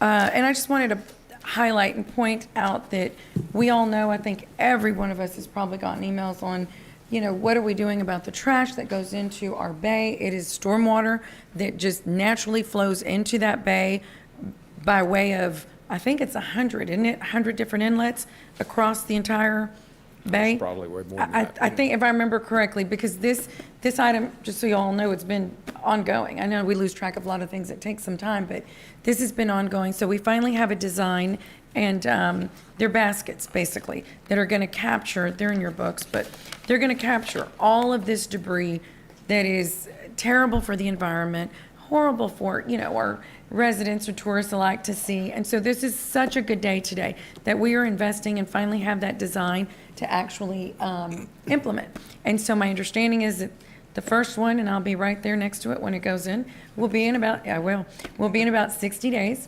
And I'm just really proud because also the environmental task force that I put together, the mayor's environmental task force, also had a lot to do with input on the importance of making sure we make an investment such as this. So I wanted to make sure we highlighted this because it's very important to many, many people and very important to not only the perception of our bay, but just to the friendly environmental attitude that we have. So thank you for the work on this. It's a long time coming. So with that, I'll make a motion to approve. Okay, all in favor say aye. Aye. Any opposed say no. The motion carries. And that will take us to public hearing item 17 and 18. So item number 17 is an ordinance authorizing a wastewater collection line extension, construction, and reimbursement agreement for up to $252,213.49 with MPM Development LP to construct off-site wastewater improvements for a planned residential and commercial subdivision, Royal Oak Unit 3, located on Rand Morgan Road. Good afternoon, Mayor and Council. Al Raymond, Director of Development Services. Nick Winkleman with CCW. I keep wanting to call you utilities. We want to present jointly items 17 and 18. Item 17 is the reimbursement, construction reimbursement agreement for the wastewater collection line, and item 18 is the amendment to the current wastewater master plan. So with that said, the purpose of this ordinance is to enter into a wastewater collection line extension, construction, and reimbursement agreement with MPM Development LP. The agreement is for the construction of an off-site wastewater collection line associated with the residential development called Royal Oaks Unit 3. This slide shows an overview of the subject property. The property is located along Rand Morgan here, just south of Leopard Street. The property was zoned RS 4.5 PUD, single-family 4.5 district with a planned unit development, and CN1 neighborhood commercial. This rezoning was approved by council in February of 2021. The planned subdivision will contain 262 residential lots on approximately 47 acres and 3 commercial lots on approximately 8 acres. The total acreage of the subject property is 55 acres. This slide shows the approximate location of the planned new wastewater collection line, which will avoid the contaminated groundwater. Here shows the to running east-west. To the north is the original line. To the south is our zigzag, if you will, zigzag version of the new route that connects to a 12-inch wastewater line that empties into the Clarkwood North Lift Station. The off-site wastewater improvements consist of 3,638 linear feet of 12-inch PVC pipe with 10 manholes. The collection line will connect to, as I said, the existing 12-inch line leading to the Clarkwood North Lift Station. The proposed construction, overall construction of the project is $760,336.80. The maximum reimbursable amount for the developer would be 50% of the off-site cost. That leads to $380,168.40, less the lot and acreage fees, the wastewater lot and acreage fees of $127,954.91, leaves a reimbursable amount to the developer of $252,213.49.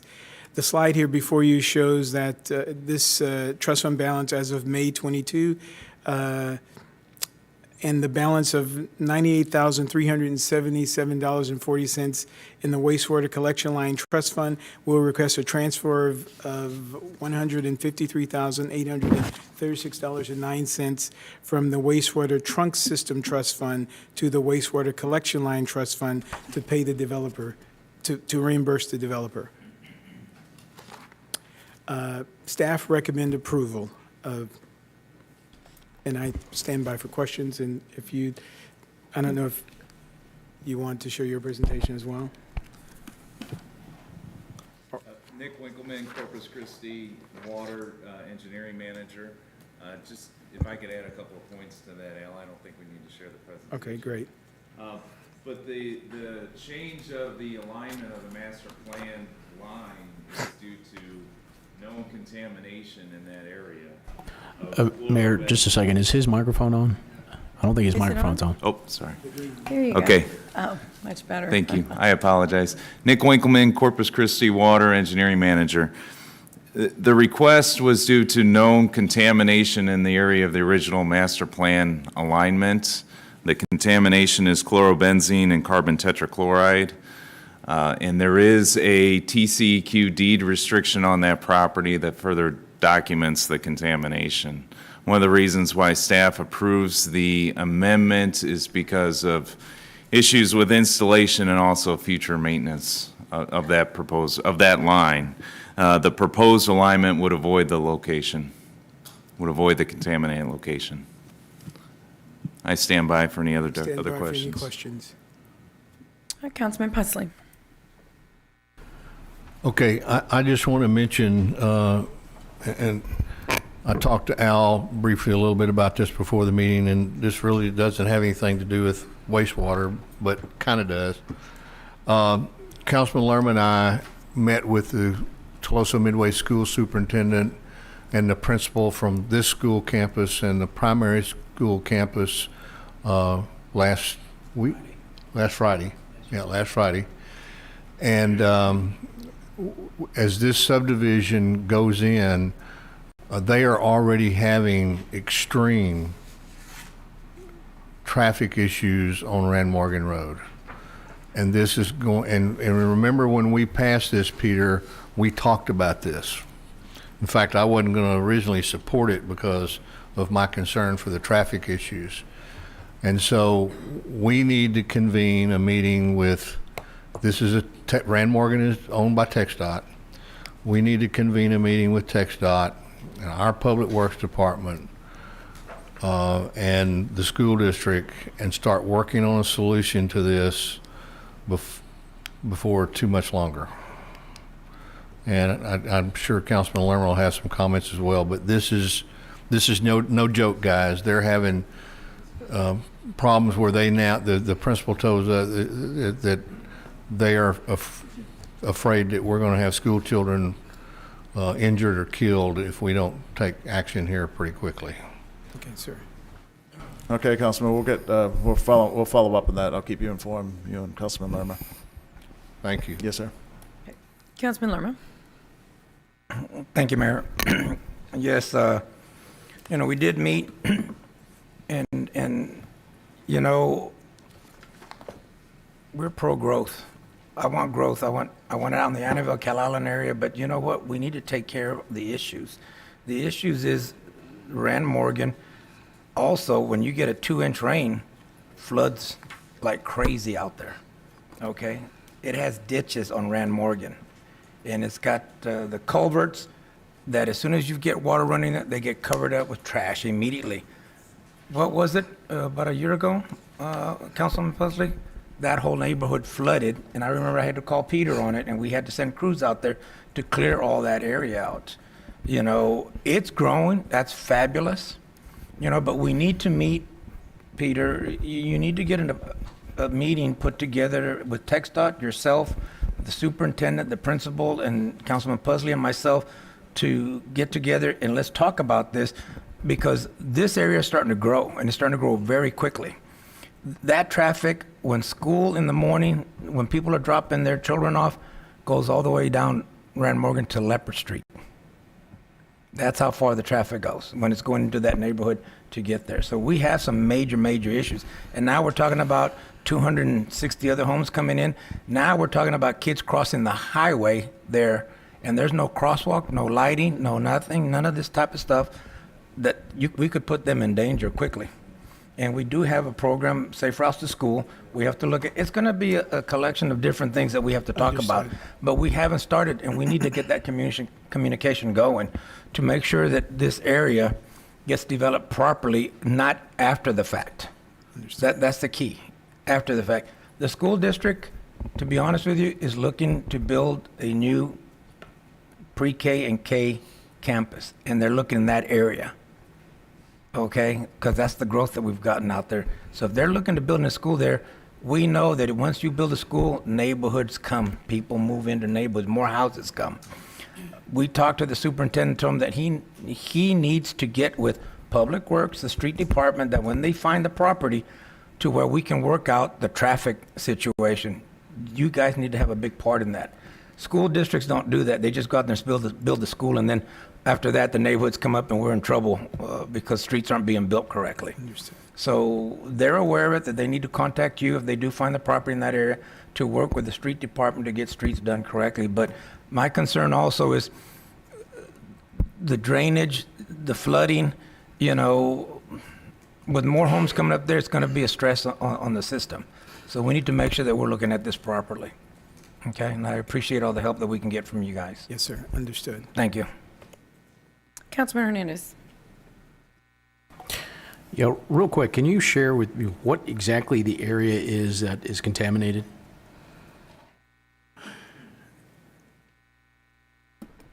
It's if you can pull up the graphic, it's along the length of the original master plan line, which I don't know what color that is on your presentation. Does that go into that development? It does not go into the development, no. Okay, so right next to that is that South Texas beef, right? Of course, right. Yes. Was that the cause of the contamination? The restrictive covenant doesn't detail the cause or the source, so I can't comment on that.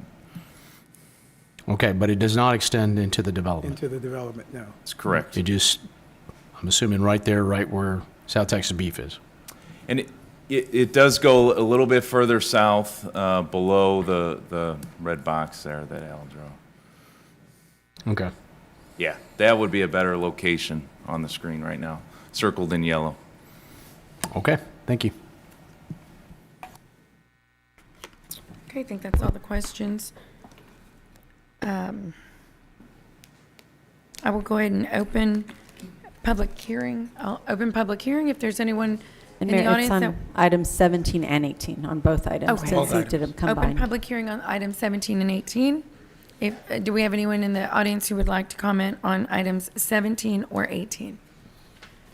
Okay, there being no one, I'll close public comment and entertain a motion to approve item 17 and item 18. I move Move for to approval. approve. Is there a second? Second. Any further discussion? All in favor say aye. Aye. Any opposed say no. The motion carries. And we'll skip over to section M, first reading ordinances, item number 19. Item 19, ordinance amending the fiscal year 2021-22 capital budget and authorizing a professional services contract with LJA Engineering Incorporated in the amount of $1,510,500 for the London Area Wastewater Collection System Improvements Project. Second. Okay, we're going to open public comment. Is there anyone who would like to make public comment on item number 19? Okay, there being none, I'll close public comment. We have a motion, and who seconded? Mr. Lerma. Any further discussion? Yes, Mr. Hernandez. So close, right? Hey, I'm just so you know, I'm for this, but I just want to make sure that because this is just the design portion of this, and I know the city manager had mentioned this last week during your comments that this was something that was planned, but I'd like to have, if not now, at some time in the future, how we're going to address this from a perspective of annexing that area, because I get it. We want to incentivize growth in that area too, but we want that within the city. We want to make sure that that's not going to be, incentivizing development that's not going to be annexed into the city. Right. So the goal is to, when we presented this to the developers in one of those monthly meetings that Al Raymond has, they said, if you do this, we'll annex into the city and we'll develop. Okay. Yeah. So I know there's a restriction. We can't hold water, but can we hold wastewater to where it required them to annex? Oh, absolutely. There's no CCN for wastewater in that area. Okay, It's so we a just, water we're CCN. restricted. I know we're restricted on water, but if we're not, if we can hold that, that's Yeah. that's the golden goose right there. Right. This is what this line is supposed to do, is help us have sustainable growth. Better. No, Exactly. I'm Yeah. completely in this Yeah. is probably the better way to approach this. Yeah. But that's a good point. We can use this as I hate to use hammer, but we can use this as as a carrot. How about that? A We'll carrot use it to, a carrot to get annexed into the city. That's right. Yeah. Right. Okay. Awesome. Thank you. Okay, all in favor say aye. Aye. Any opposed say no. The motion carries. Okay, that's it. Peter, anything else? That's it, Mayor. Okay, Yes. great. I adjourn this meeting.